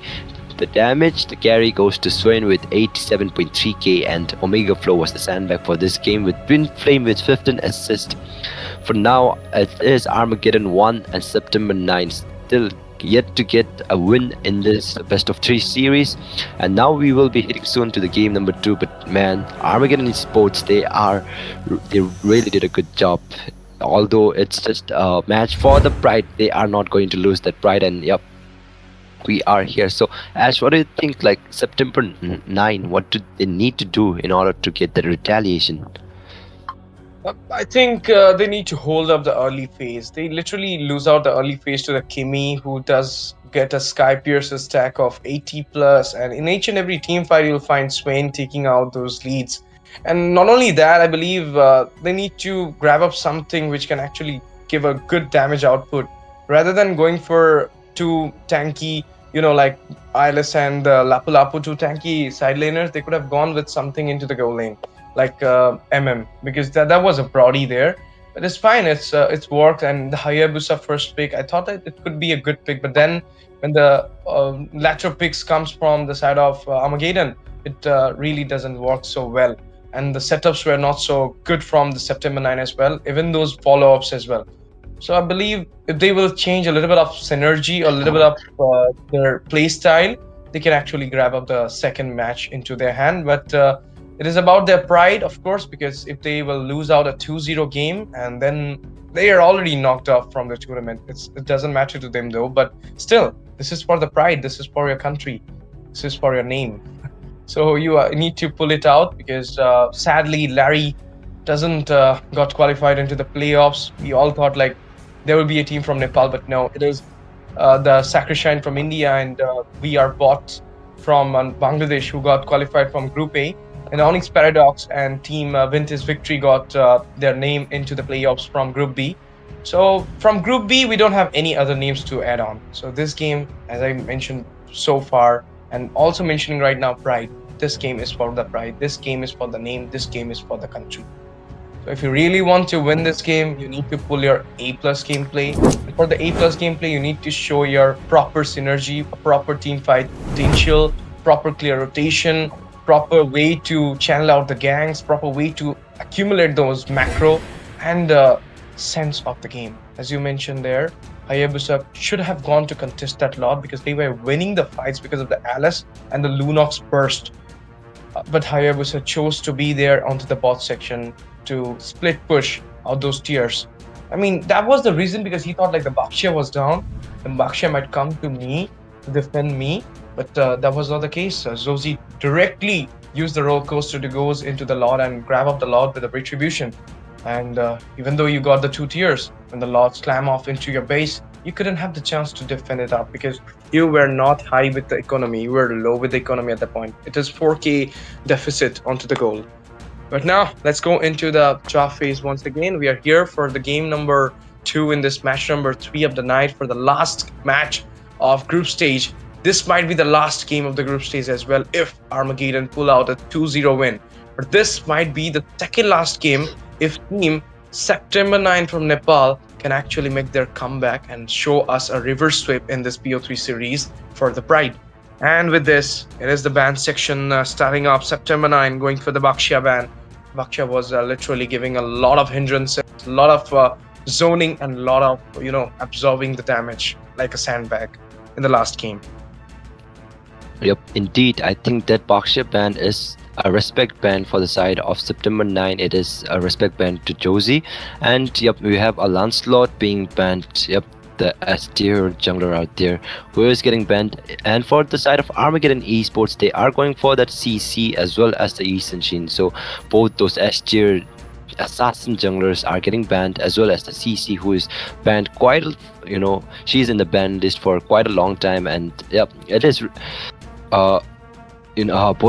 all the teams in this series, they are going for that CC ban, because we know that how much a CC can hurt, the true damage coming up from her, as well as the curtain coil along with that AOG paired up is Ness out there. But here we can see Alice also getting banned, because come on man, Alice right now is really troublesome. She has a lot of sustain as well as the CC. Crowd control is there from her side, and yeah, it is also one of the prior banned. And Armageddon Esports, they went for a Grok, and Grok in the Broken Walls is, kind of really good because he can have those CC immune whenever he stays near those walls or the turrets, as well as the fights. He can pick up, initiate the fights anytime with those walls, and it is really a good ban coming out from the side of Armageddon Esports. And here we can see the top priority heroes for Saga. It is going to be a Katot, who is picked who is picked very often, as well as the Grok, and the CC, Kimmy, and Lancelot. So most of the heroes are in the ban list for now. Grok being banned, CC also being banned, and the Lancelot as well. Yeah. And here we can see the first pick of the game. It is going to be a Katot because if he is not banned, he is going to be picked up, and it is paired up with a Zushin. Whereas for the side of Armageddon Esports, they are going to go for that Kimmy to win out in that mid lane. But Kimmy and Zushin, it's always, these two in that mid lane who has been there for quite a long time. And it is going to be a Lapu Lapu as well for the side of Armageddon Esports. Whereas September 9, Omega Flow, I think it is his comfort hero Yuzhong out there. So till now, what do you think about the draft, Ash? This is just the start, so I cannot reconcile everything that what will happen. But what I can say, I was expecting this. If you're gonna throw out the Gatot Kacha, they might gonna grab on the Gatot Lapu. If you will acquire the Kimmy, then only. If you'll acquire the Gatot, they will acquire the Kimmy and Lapu. If you're gonna go for the Lapu Lapu, they will actually go for the Kimmy and the Gatot Kacha both. So in any ways, Armageddon was in a good favoring with the draft because the bans were not onto the Kimmy and not onto the Gatot Kacha. But now as the Lapu Lapu is here, you do ban the Bakshia, but Zozi is not so poor into his hero pool, so he comes up with another tanky chunky daddy, that is the Fedrin. Fedrin being picked up from the side of team that is obviously Armageddon Esports is a very nice pick, but at the same time this time Team September 9 do have the chance to counter you out with the Jushin. The Jushin is a great counter for the utility junglers, and they do have this thing into their hand. The Yuzong coming in is for the backline disruption and the Gatot Kacha as well. So the follow-ups and the pickups will be so high from the side of Team September 9, but they need to execute it out. My friend, one of my dear friends says this thing: 60% is onto the drop, 40% is onto the execution part. If you are winning the drop, doesn't matter, you're gonna win the game, because if your execution will be poor, if you'll poorly execute the game, then you cannot win in a very much good meta draft. But this is what I say, like my friends say, so I believe that's so as well. So if they will not properly execute this draft for their side, they might fall down, and this fall will not gonna give them anything, not even the pride, not even the happiness, not even for the country. It will just give in the lose of a 2-0. And with this, guys, CC comes up for the side of Team Armageddon here. Not the Armageddon, it is more like the highest win rate. We're talking about the highest win rate. We have Joy, Gatot Kacha, CC, Lapu Lapu, Eve. So this time, it's a 50-50 chance, because Lapu Lapu is in the hand of Armageddon Esports, Gatot Kacha is in the hand of Team September 9. So they both have that highest win rate kind of heroes into their side. The main thing is how they will execute it. And with this, we'll see the Hilda roam coming in. I was expecting this because tonight there was a lot of Hilda roam. But in the first game, it was the Gatot Kacha and Hylos. I mean, after a lot of days, I have seen that Hylos pick. But now it is the Hilda's time with the Suyu and Moskov coming in. What do you feel? What could be there? That Moskov, it's quite off for me because, in this meta, an attack speed hero, W is always mentioning about that. Attack speed heroes are off meta for now because of that new item, Chastise Paladin, and and if it is paired with a Guardian Helmet and a Dominance Ice, come on, Moskov is just useless out there. And let's see how September 9 Super Jenny QT plays that, because I don't really recommend a Moskov. And as well, it is a losing lane because against a Granger, you are going to have a real trouble, and let's see how he's going to play, because that Moskov is quite off for me. And yeah, Ito, he went with the Granger, which is, you know, one of the best marksmen for me, and yeah, it's seen quite a lot of time in the pro scene as well. And they went for a Hilda as well, so Hilda is going to cause a lot of trouble to the Suyo as well. So Armageddon Esports, yet another with a fabulous draft, as well as September 9. But yeah, the only questionable thing out there is the Moscow for me. Moscow against the Granger. Okay, the laning wise, you'll have trouble to the Granger, but in the late game phase, if the Moscow get the farm, he can actually take out anybody. But as you mentioned about the Dominance Ice and the Chassis Pauldron with the Guardian Helmet, it could be the very much off scene for the Moscow to actually melt it out. But here we are, ladies and gentlemen, into the Land of Dawn for the game number 2 in this match between Team Armageddon Esports representing India versus Team September 9 representing Nepal. The game for the pride, the game for the country, the game for the name is right now going on. It might be the last game of the SHE group stage, because if Armageddon pull it out for them, or if Team September 9 can make their comeback, then it is the second last game for us. So let's see who will be taking on the crown here. But as I told you, in the early phase of the game, it will be the Granger having the upper hand potential against the Moscow. Yep, indeed, in the lanings, it is going to be the Granger who will be having the upper hand, whereas inside, in the mid lane, it is quite even. But yeah, Zushin can also put a lot of pressure, even the Kimi. So it all depends on the Roamer as well. But yeah, Roamer as the Hilda, that hopes are going to come time and again. But oh, Twin Flame might get taken down and had to burn that flicker out. Obviously buried out the flicker so far in the before the turtle can spawn in, but that was a good fight comes up from September 9. Lantern player used with the charge coming out from the Suyu. They could have given them the first blood before the turtle, but no, the setups were so hazy for them. But look at that, the Moscow with the spear of Destiny. Spear goes in there, and but no, Lantern player used. Sarah finds the turtle fast log onto the Zozi. 2 for none, the trade is, and now he's getting chased down as well. Spear of Destiny connected SOD, and now the Moscow comes in. Twin Flame falls down as well. A lot of damage is being dished out. Can he make through this fight? No, he can't. Paulina pulled up and will be taken down as well.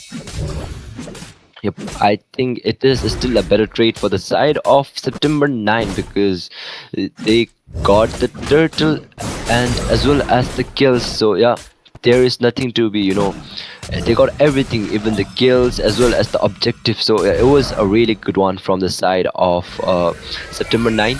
And yeah, Armageddon Esports for now, they are lacking behind.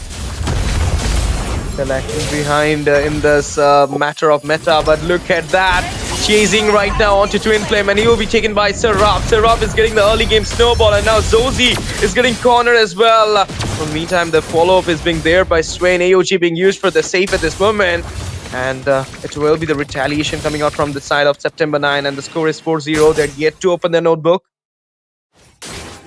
Yep, indeed, they are getting a lot of kills, and yep, Seraph is also out there with the snowball with that Suyu. And yeah, Josing is lacking behind a 2-level gap between the two junglers, and yeah, we are seeing a lot of fights being picked off, because as a Zushin, you want to play the game with aggression. And oh, we might see another fight in the turtle side. 4-member comes up. There is the Lantern Flare being used as well. Black Dragon emerging as well. Omega Flow finds a kill. Twin Flame falls down into the hand of a Supergenic QT. And with this, Team September 9 are just raising with those kills for their size 6-0. And not a single chance for Armageddon to make their comeback yet so far. But this is the time for the turtle, and the early game is totally centralized by the side of September 9. And I believe there is a possible way for the comeback. Yep, let's hope for, I think there might be a comeback as well, but September 9, they are not giving any chance for now. They are doing their job pretty well. And okay, it's Twin Flame. Oh, Sandesh gets taken down, and that's the first kill on the scoreboard for the side of Armageddon Esports. Of course, now SOD connected. It might be the chance that Moscow can comes up with a backline entrance, but there you go. The Appraisal Split comes up. Eco finds the turtle, and now the slash comes up. Twin Flame falls down in the hand of Seraph. This guy is playing so good with the Tsuyu at this moment. 2-0-2 the KDA is. And Moscow having the Spear of Destruction, you know, like you can actually go for those split push and can at the same time you can actually come into the team fight with the help of the SOD. Yep, indeed. As a Moscow, that's how you gotta play. Use that Spear of Destruction to just go for that. Oh, Seraph might be low, but little Ito who gets taken down out there with the Black Dragon already being popped. Zoning is also there, and let's see, this team fight is still prolonged. AOG comes up, a knockup happened onto Zozy, and Zozy will be melted down by the 2U. In the meantime, they goes for the slash here. It is fine, it's fine. You just got one kill for yourself, and now you're fine with it. Yep, for now, September 9 are really dominating. A 4k goal lead for them. Swain might get taken down, had to burn that flicker to escape from that Lantern Flare of Lilim. And yeah, for now, it's just September 9 dominating the game, and Armageddon Esports, they really need to, you know, avoid those team fights. For now, they gotta focus on the resources, but September 9, they are not backing off. They want that, and they are always going for that fight. They're chasing him on, but now he will be getting his hand into the backside, and the Crimson Bacon will be used as well in the meantime. And this is what I'm talking about. I mean, you're giving up the sets for them. They will actually gonna work it out better, and they're doing that thing as well. Let's see what will be happening before the third turtle barge into the land of dawn, because it's just 15 seconds away. And for now, it is 1-for-1 with the turtle, but 9-for-1 with the micro. The scoreboard is so beautifully, I mean, carved by the side of September 9 at this moment. They got 9 kills, that is 8 lead, and a 5.2k economical wise lead. So, and with the macro as well, if you'll see, they already taken out 2 tiers from the top and the bot. So it's more like this time they're having the upper hand in the game so far. Yep, indeed, they are having the upper game, but here we are for the third turtle, and the Black Dragon already being fought from the side of September 9. The zone out is there, so Paulina is also trying his best to do this. Oh, a brilliant Brevis fight coming in from the side of Paulina, but it is Seraph who gets the SOD landed perfectly. AOG used out there. Super Genicuted jumps in, Josie gets taken down, and it is a double for the side of Seraph. Sandesh also gets a hand on Josie. Triple for Seraph. Oh my goodness. This guy on Tsuyu is just crazy, man. Started the turtle there, a lot of skirmishes has happened, but then you know, the Black Dragon will zone you out properly and not give the chance to Zozy to actually contest for the turtle, and then the SOD destroying the turret, and the SOD comes up. In the meantime, he got the turtle, he got a kill, he unstoppable onto the Lafu, then double onto the Twin Flame. We thought that it might be the triple onto the Zozy, but no, it was a Sandesh hit, the final blow, and then he goes in with a slash and finds the kill onto the Swain there. Is right now all those second tiers taken down, and the Holy Blessings about to pop up as well. Team Armageddon is totally devastated at this point in this game number 2. It is the game for September 9. It is the game for September 9 to actually annihilate them and give them the statement that, no bro, you're not gonna lose it out. We're not gonna give you a 2-0 win in this game of pride. Yep, indeed. Oh, Ito might be in trouble. The taunt as well as, oh, the nice flicker from the side of Ito, but it is going to be Paulina who gets caught out. The mega kill for the side of Omega Flow, and now it might be Josie who gets taken down, and yes, it is a double for the side of Omega Flow, and is still going for the triple, very low, but Twin Flame might get taken down out here, but the HP, oh, Seraph gets the kill out there, and yep, we might see a possible wipe out coming in from the side of September 9, but for now, it is going to be 3 members of Armageddon Esports out of the map, and September 9 without any casualties. Without any casualties, without any scratch on them, just 17-1. The ratio is 17:1 with the micro, and this is so high at this moment. If you're gonna talk about the goal is 12.4k. This is a massive one, a mammoth one from the side of September 9, and this will be the easy lot because you cannot test it out. You're so low right now with the levels, with the gold. And look at that, even the Yuzong Omega Flow Lilim, everybody is high with the damage rank, but still they cannot. At this point, I be not don't believe like there might be a retaliation. There might be a comeback from Armageddon because they're totally doomed at this point. 12.4k goal lead, bro. I don't believe you're gonna recuperate at this moment. You need to pull out the third game for yourself.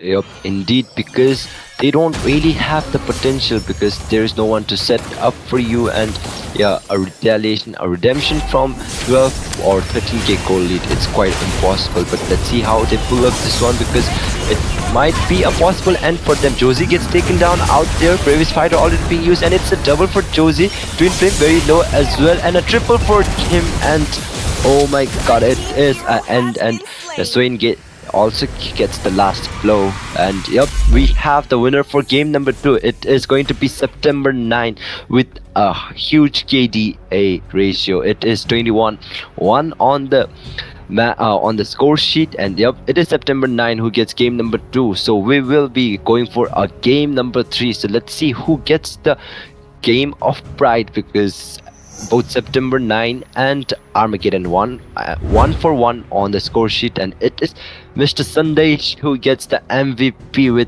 the Katot Kacha, 90% kill participation, and yep, the AOG, the setups were quite on time, right on time, and yeah, this man had a perfect game, and he had the redemption because in game number 1 he did not have his game with the Hylis, but with the Katot Kacha, man, he just came up with the retaliation, getting the MVP for game number 2. And here you can see the scoreboard, man, 21-1. That was just full domination from the side of September 9. It's like they had the redemption. You dominate game number 1, we are coming back stronger in game number 2, and yes, they do. And so let's just look at the overview for now. Although it was, a winning matchup in the gold lane, but Super Genikuri, he played a perfect game with that Moskov. Did not die once in this game, throughout this game. And here we can see the difference. The gold as well. Oh my god, that's a 3k goal lead for a Moskov who is on that losing lane. So Ito really did not have a good time on this Granger. And yeah, the KDA is a 2.208 for Super Genikuri. Those SODs, those split pushes were, perfect for him. Here we have Serap. This man was really crazy with this Suyo. He was getting a lot of objectives. He was getting the objective skills, and yeah, it was just beautiful. A perfect game from Serap with that Suyo, whereas Josie, he did not have a good time with that utility jungler, Fredrine. Here we can see Lilim and Swain as well. It's quite mesmerizing to see a Zushin with a 4-12 and a Kimi with a 0-3, which is quite disheartening. So Lilim also had a good game. He managed to get a triple in the last fight, and yep, I think it was a full domination from the side of September 9. Here we have our MVP, Mr. Sandesh, with a 17 assist on that Kator Kacha. He did a really good job, whereas Twin Flame, he did not have any answer. And yeah, it is a full-on domination game for the side of September 9. And let's see who takes on game number 3. So it's Omega Flow and Paulina. So I think there is nothing to analyze about this game because it was just full-on domination, and they could not do anything. They did not have any answer for this composition of September 9. They didn't just win the game, they just eat them raw, leaving out no crumbs this time. 21-1. It was absolutely dominating. It was absolutely a statement from September 9 that they are really here to win this battle of pride. And look at the score number. I can't say anything else. 10 minutes and 38 seconds of the game, and they managed to pull out the victory in that matter of time. And this is nowhere you're gonna see anybody else here. Highest damage taken, it is just the member from Armageddon. Other than that, everything was on to September 9 because they were the one who were giving them the damage. And well played, Twin Flame, but what can I say? The win goes to the side of Team September 9, and so do we're entering into the tiebreaker, the third game decider for this PO3 series, Battle of Pride of Group B stage. And If Armageddon win this match, they will win the Battle of Pride. If Team September Night pull out the win, they will win the Battle of Pride. So this is a do or die. So do the match point game for both these sides. We'll be entering into the draft phase soon, and we'll getting to know what picks are coming from these players. But you guys don't miss out tomorrow's matches. Tomorrow will be the day of playoffs. The first day of the playoffs, the semi-final will kicking in. That is Team Onyx Paradox from Bhutan versus Team We Are Bot from Bangladesh will be the first game. Will be the game, and another one is Team Sakrishine from India versus Team Vintage Victory from Bangladesh. So these two games will be done tomorrow. So be there. Come and join us and have fun with us at True International. And don't forget to subscribe our channel, like the stream, share the streams to your friends, and do not forget to comment down whom you're supporting, Team India, Team Bangladesh, or Team Bhutan. If you are fans of these teams, let me know in the comment section. I'll be reading it out, and don't forget to cheer your team because they all need your support to grab up the crown at True International SAGA South Asia Grand Arena. And with this, we are entering into the draft phase. Hades and me, boy STZ, will be casting out this game number 3, the last game of the group stage. And it is almost 12 o'clock. Doesn't matter. We'll be here. So do you guys. Thank you for supporting us. Thank you for showering your love to us. We want all this support and love throughout the tournament, and you guys literally proved it out. Yep, guys, don't forget to follow us in our social handles if you really want to know the information for our next events, next tournaments, and so for the next matches which are going to carry out in the True International SHEA South Asia Grand Arena. But with this, let's go to the drop section. Already 2 bans has been come out from the side of Armageddon Esports. They're going for the Yuzong and the Grog. The Yuzong was a literal problem, a literal menace in the last game. Yep, indeed. Omega Flow on the Yuzong. As far as I know, it is the comfort pick for him, and he really proved that why he is really a god, a beast on that Yuzong. And whereas for September 9, they are going for the Baksha and the Katot. So yeah, Baksha, they really respect that Baksha from the side of Josie, and Katot, they are trying to ban that Katot because the blue side, it is Armageddon on the blue side, so they are having the first pick and they are denying that Katot from the side of Armageddon Esports. Whereas for Armageddon Esports, they went for the Grok as well as the Yisanshin. So yeah, throughout this series, we have seen Yisanshin and Lancelot being banned. They are not, they are not letting those two S tier junglers being picked, and yeah, both those S tier roamers as well for now. Grok and the Katot is also being banned. So let's see what is there, what is coming for both the teams. And yep, it is going to be a Zushin from the side of Armageddon Esports. And oh, the lance is open for now, and let's see if Serap really takes on that lance. Yep, he went for the Lancelot, and the Lapu Lapu comes up as well. But the last time the Jushin pick was a menace as well. But you went for the Fedrin against the Jushin, so obviously you will get a hindrance from the Jushin for sure. That was the reason, but it was the play from the Moscow and the Yuzong as well. The Daddy Dragon was so good with the zone. Every time you see a fight, he will be flying and coming with the airlines and will be grabbing up with the dives. So this time they don't have the Yuzong to prioritize. But with this Jushin, what could else come up? Are you going to go for a Hilda, or you're planning to go for a Kalea? Because it's been a long time.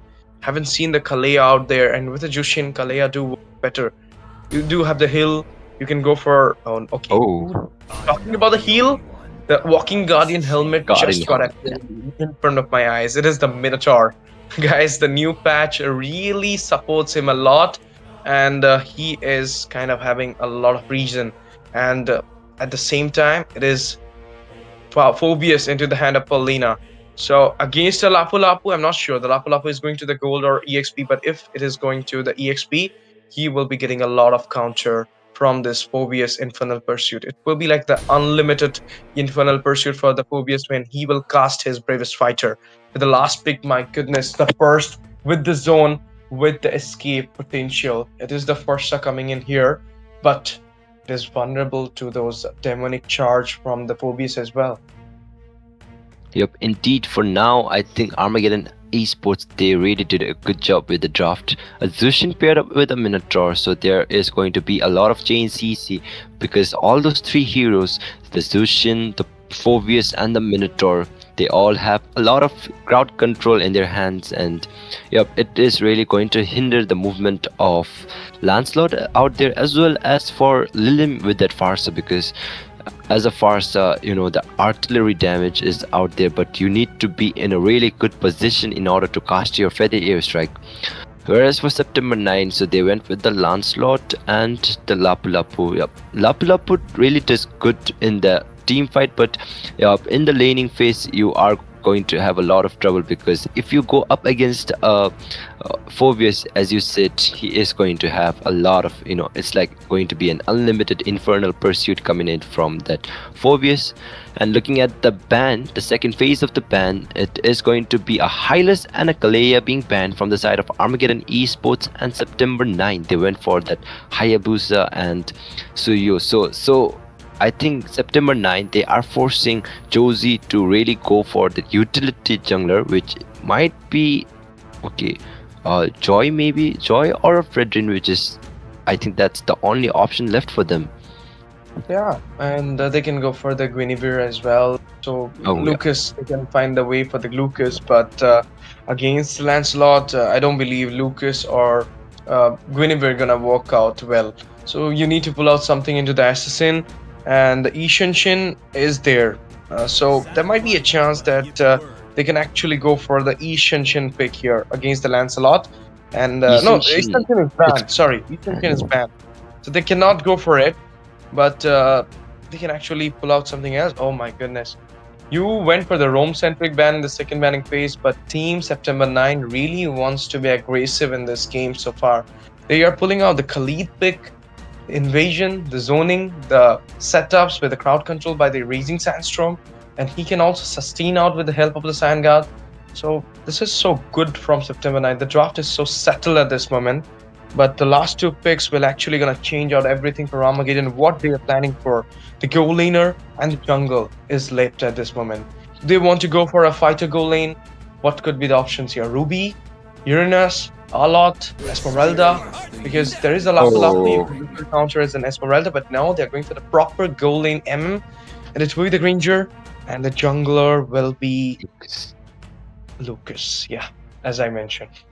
Let's see how a Lucas works up against a Lancelot, because I think Lancelot will be having the upper hand in those, rotation wise as well. And yeah, the beast form, in order to unlock the beast form, I think it really needs quite a lot of time for a Lucas, and once it's gone, you are kind of useless in the team fight as well.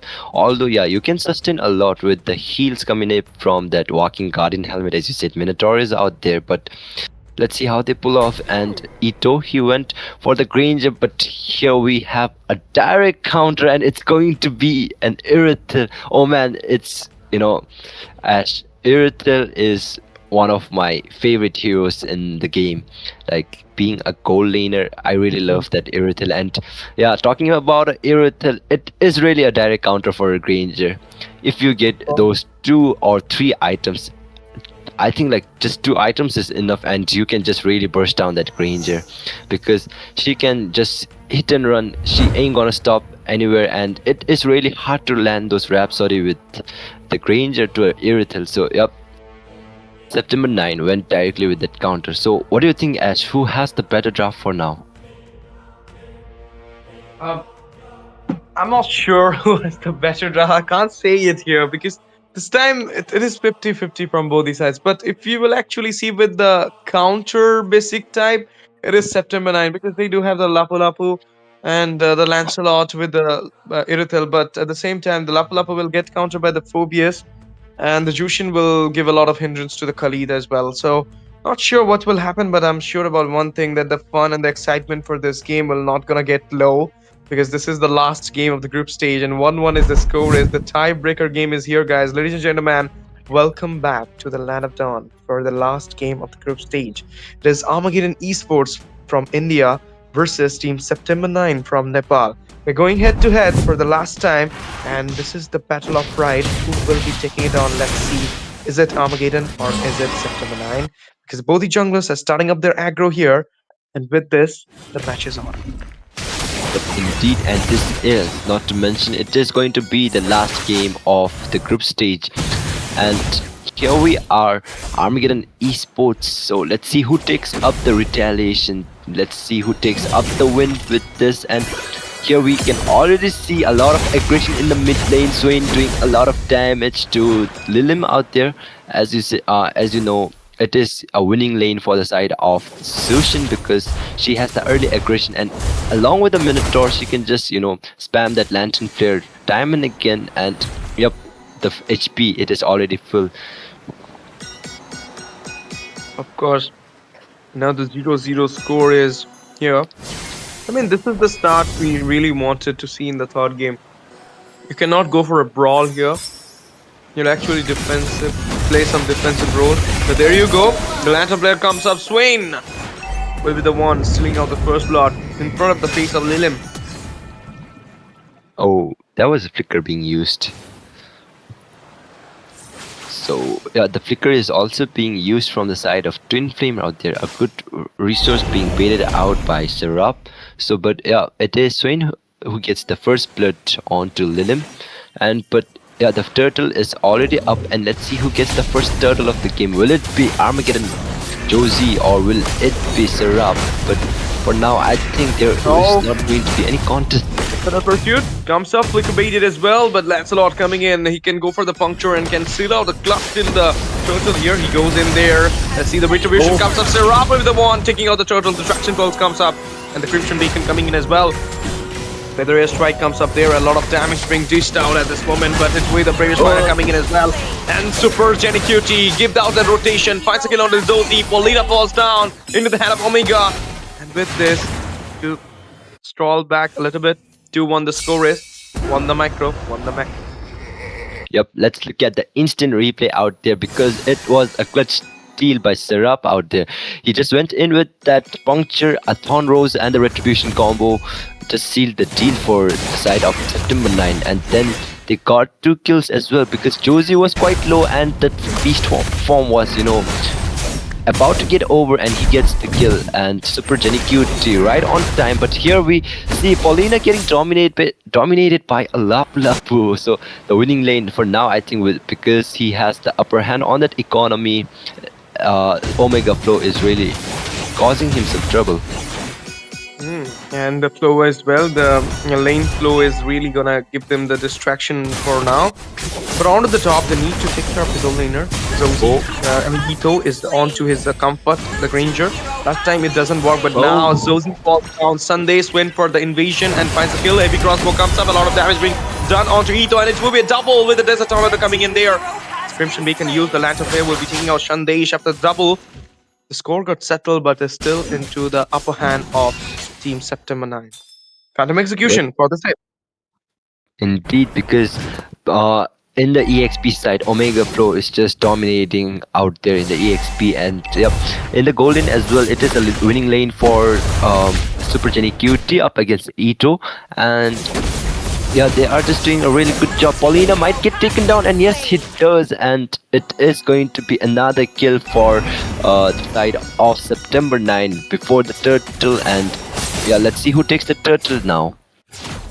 Let's see who take the turtle. First time it was the start from Armageddon Esports, then the finishing job has been done by Serap with the Lancelot. Beautifully went in with the puncture, and with the Thorn Rose he managed to grab up the retreat on the turtle, and then it was finished for him. But now a little bit of halt being done onto the Irithel. Still onto the heavy crossbow though.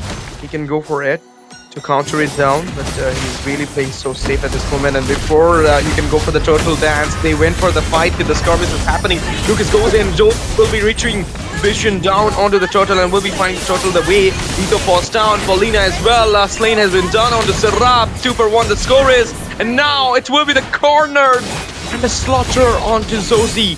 3-1 the score is. Sliver of HP is going back, but he will not be able to do it so. Got down into the hand of Lilim, the last blow. Yep, I think that was a really good trade for the side of September 9. Oh, he managed to escape. I thought like Omega Flow might get taken out there, but let's look at the instant replay out here. So it was Josie who got the turtle because of that but yeah, it was a clutch steal though. But look at the damage coming out from Super Genikure. Instantly deleted Ito out of the map, and he was flanking right on times. And yeah, Josie gets taken down, although he gets a kill on Sarah. But after that, it was just a really good follow-up coming in from the side of September 9. And yeah, they got the turtle, but the kill ratio was to the favoring September 9, and I think that is a good trade for them. 1v1 going on there at the bot section between Lapu Lapu and Mr. Polina onto the Phobius. Now halted the way for the minion waves and now got that macro into the hand. The top tier 1 will be taken down by the side of Team September 9. It's a start for those structures. Then to the bot, there is also a winning lane being played by the Lapu Lapu, which is really, abstracted me at this moment, because it's of course a Phobius will always win a lane against Lapu, but the zone comes up, the burst is too high. Need to use the Crimson Bacon to goes back and baited it out for the save. But now the Desert Zone becomes up. It's early game aggression being shown by the Khalid. Used the Raising Sandstorm to goes back, but now the Demonic Charge with the Minion Fury comes up as well. It will be the Puncture being used, the Turtle comes up, unleash the Beast coming in, the Blast comes up as well, the Sandguard being done. We've got Reason out as well, Puncture. Okay, that's the final execution, Sunday giving out the final blow. Finds the kill out there. That player coming in, teasing being done onto Ito. He goes back with the help of the Cyclone Eye, but now the Feather Airstrike comes up, beautifully zoned out the area of Turtle. You're hiding into the L3 bush, but it's not gonna help you out to grab onto the Turtle. But now the Lantern player comes up with the Bravest Fighter. A retaliation happened, baited out the Flicker there, grabs him up inside the tier. Demonic Charge comes up, it will be a shutdown onto Omega Flow, and with this, Sandesh will be charging onto Polina. My goodness, inch of HP, Crimson Beacon used, but no, double being grabbed up by Sandesh. Beautifully zoned him out there. Who needs a turtle when you are high onto the micro? Now the Feather Airstrike, the Walking Guardian helmet will not gonna sustain it out. The magic penetration from this guy. Recall spamming throughout the air, beautifully done onto the face of Zozie. Yeah, that was a really good Feather Airstrike coming in from Lilim, and yep, they did not contest for the turtle because they waited for that 8-minute Lord, and yep, here it is, and it might be a free Lord for the side of September 9. Armageddon is supposed trying to contest for that. Oh my goodness, he looks so grabbed up. Omega Flow goes in there with the previous fighter. Swain falls down. Lord being secured by Sarab. In the meantime, the Demonic Charge comes up, but the Feather Airstrike will be halting the way for Twin Flame, and they need to goes back inside the tier. They cannot do anything. They came in to contest it out. Hades. Then what just happened? They just got a follow through, and they really back off. Yep, I think that Super Genikure at this time has the damage to really hurt the core members of all. Oh my god. Are you ready for it? No, you are not ready for it. Feather Airstrike once again coming in. Unstoppable being secured onto Zozie. My goodness, the damage though. Another Crimson Beacon halting the way at last. It will be a shutdown with the Death Sonata coming out from onto the Lilium. And not only that, Omega Flow goes in, Swain falls down, Heavy Crossbow comes down, Twin Flame will be taken up as well. It will be the last show for Polina because the crossbow gonna hit him up. I'm gonna grab up the double kill with a tier 2 into the hand. Everything falling down at this moment. Everything being thrown up by the side of Team September 9 to grab up the pride moment for Nepal to take down India with a 2-1 score with a reverse sweep. What was the damage? What was the damage? Just really got 10% HP was left out there, and Super Genikure, man. I was just saying that he had the item, but I'm just really flabbergasted with that damage from Super Genikure. Okay, there you go. Another Feather Airstrike coming out, this time for the zoning, this time for to clear out the lane here. And Fury might come up. Okay, the freeze the freeze, the winter crown at the perfect time. Demonic charge in for the pursuit coming in. Monster secured by Lilim. Lilim will fall down. Swain goes down as well. Double onto Twin Flame. Lilim comes in. Paulina goes down. 4-man knockup happened there, and now it's just Zozy standing out there with the minion wave going in. The Trickle thundering on. Lilim will taking him out to the Paradise Drive. And with this, the story of Armageddon will be over. It will be Team September 9 who will be securing the win with a 2-1 victory at SAGA last game. The pride is on to them. They're hitting out the base. They're locking the Nexus. And the crown is off. With this, it will be September 9 securing the win. 2-1. The River Sweep, the Maniac, the Menace, Nepal is the winner for the last match with the group stage. A great start by Armageddon, but fate has been written into the hand of September 9, and it is Lilim and of course the man with the sword. It is the jungler. The Lancelot was playing so good with that with this game. Serap, the retreat clutch, the micro priority, everything was onto the mark. Hades. What do you say? It was just a beautiful game played by the side of September 9, and yup, this man Super Jenny QT on that Irithel man did not disappoint me. I'm just happy that I feel lucky to really cast this game, because I was hoping for a Irithel a long time back only, and players, they were not really playing the traditional marksman. So Super Jenny QT just fulfilled my wish out there. And man, the damage coming in from him, from the early phase of the game, he was just flanking, going directly to the backside, just landing this few blows to the Granger, already deleting him out of the map, or making him too low that he could not contest for any team fight. And in the later phase of the game, he was just an absolute menace out there. The damage was just insane. Nobody in that lineup of Armageddon Esports was able to really sustain the damage coming in from Irithel. And as you know, the CC was really lacking out there, because it is really hard to catch a Irithel once she uses that heavy crossbow paired up with that sprint. It is going to be really tough. And here you can see the difference in those head-to-head. 132 for Ito and a 6011 KDA for Super Jenny QT out there. 9.6k gold as well. And Serap on that Lancelot was also really good. Like, he had some clutch steals, a few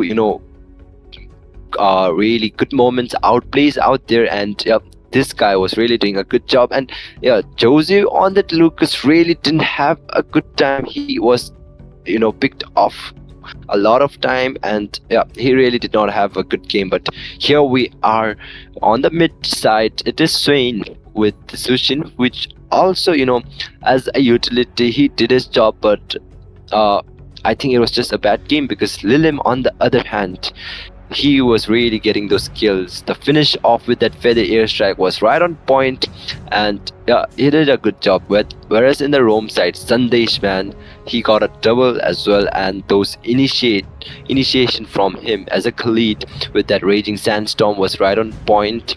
Whereas Twin Flame, although he managed to get some good setups, the damage, the follow-up from his side, from Armageddon Esports, was not there. And that's how September 9 took on this game. And as well as on the flow, man was crazy on that Lapu Lapu. Even though it was a losing lane for him, he was really winning out against Paulina. And September 9 in this game as well, full domination, a very quick game, 10 minutes 52 seconds, and they have won the game of pride.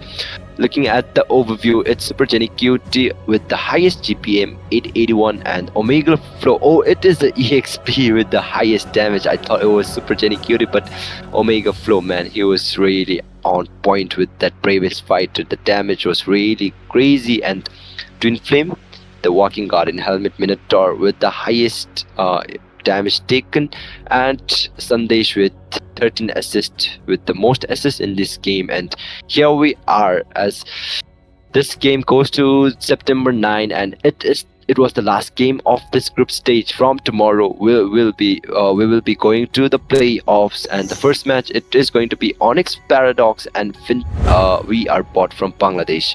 Whereas for the second game, it is going to be Team Sacred Shine from India and Team Vintage Victories from Bangladesh. So there is two teams from Bangladesh, Vintage Victories, and we are bought. So yep, they have a higher probability to really go into the grand finals of this saga, whereas it is one from Team India and another from Team Bhutan. So tomorrow's playoffs, it is really going to be fun because those are the top tier teams in this tournament, and yeah, we will not be disappointed with the game. So let's look at the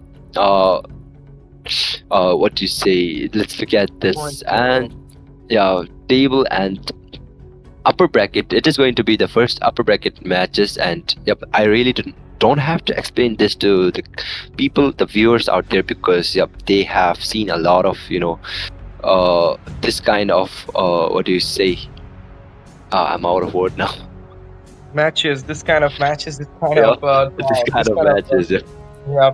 So this is the first semi-final, which is going to happen between Team Sacred Shine versus Team Vintage Victory from Bangladesh and India, and from India and Bangladesh.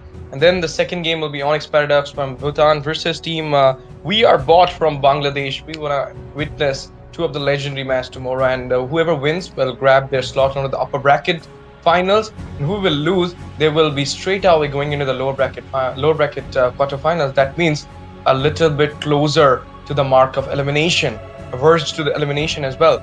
But it's time for us to also say goodbye to our viewers, because it's so late at this moment, and the matches I'm gonna talk about yesterday and today's matches, it was more important for us because the last game, it was so fire up. I mean, I thought it will be a normal match, but no, bro. No matches at True International will gonna be normal. It will all have those excitement. It will all have that brawl. It will all have those fiery moves, because the first game was totally into the hand of Armageddon. Then what happened? 10 minute 38 second, 10 minute 52 seconds, September 9 happened to Armageddon, and 2-1 score, a river sweep happened to them. But with all this fun, it's time for us to say a painful goodbye to all of you, because it's time for us to take off from the scene, from the day. But it's not off from the tournament, because tomorrow will be the day of playoffs. So I just want all of you to give your attendance for those 4 teams who just got selected into the playoffs.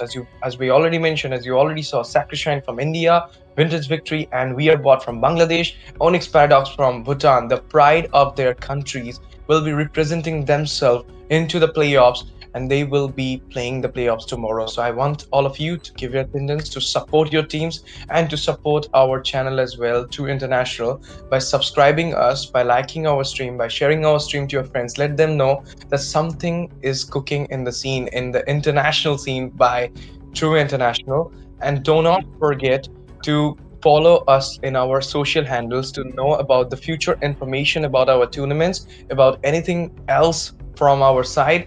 You will get it as soon as possible if you follow us in our social handles. This is me, STZ with Hades, signing off from True International Group Stage day number last. See you tomorrow at True International for the playoffs. So till then, goodbye to all of you. Good night to all of you. Sabak here. Bye-bye. Thank you for coming. Thank you for watching. Love you all. See you tomorrow. Bye-bye.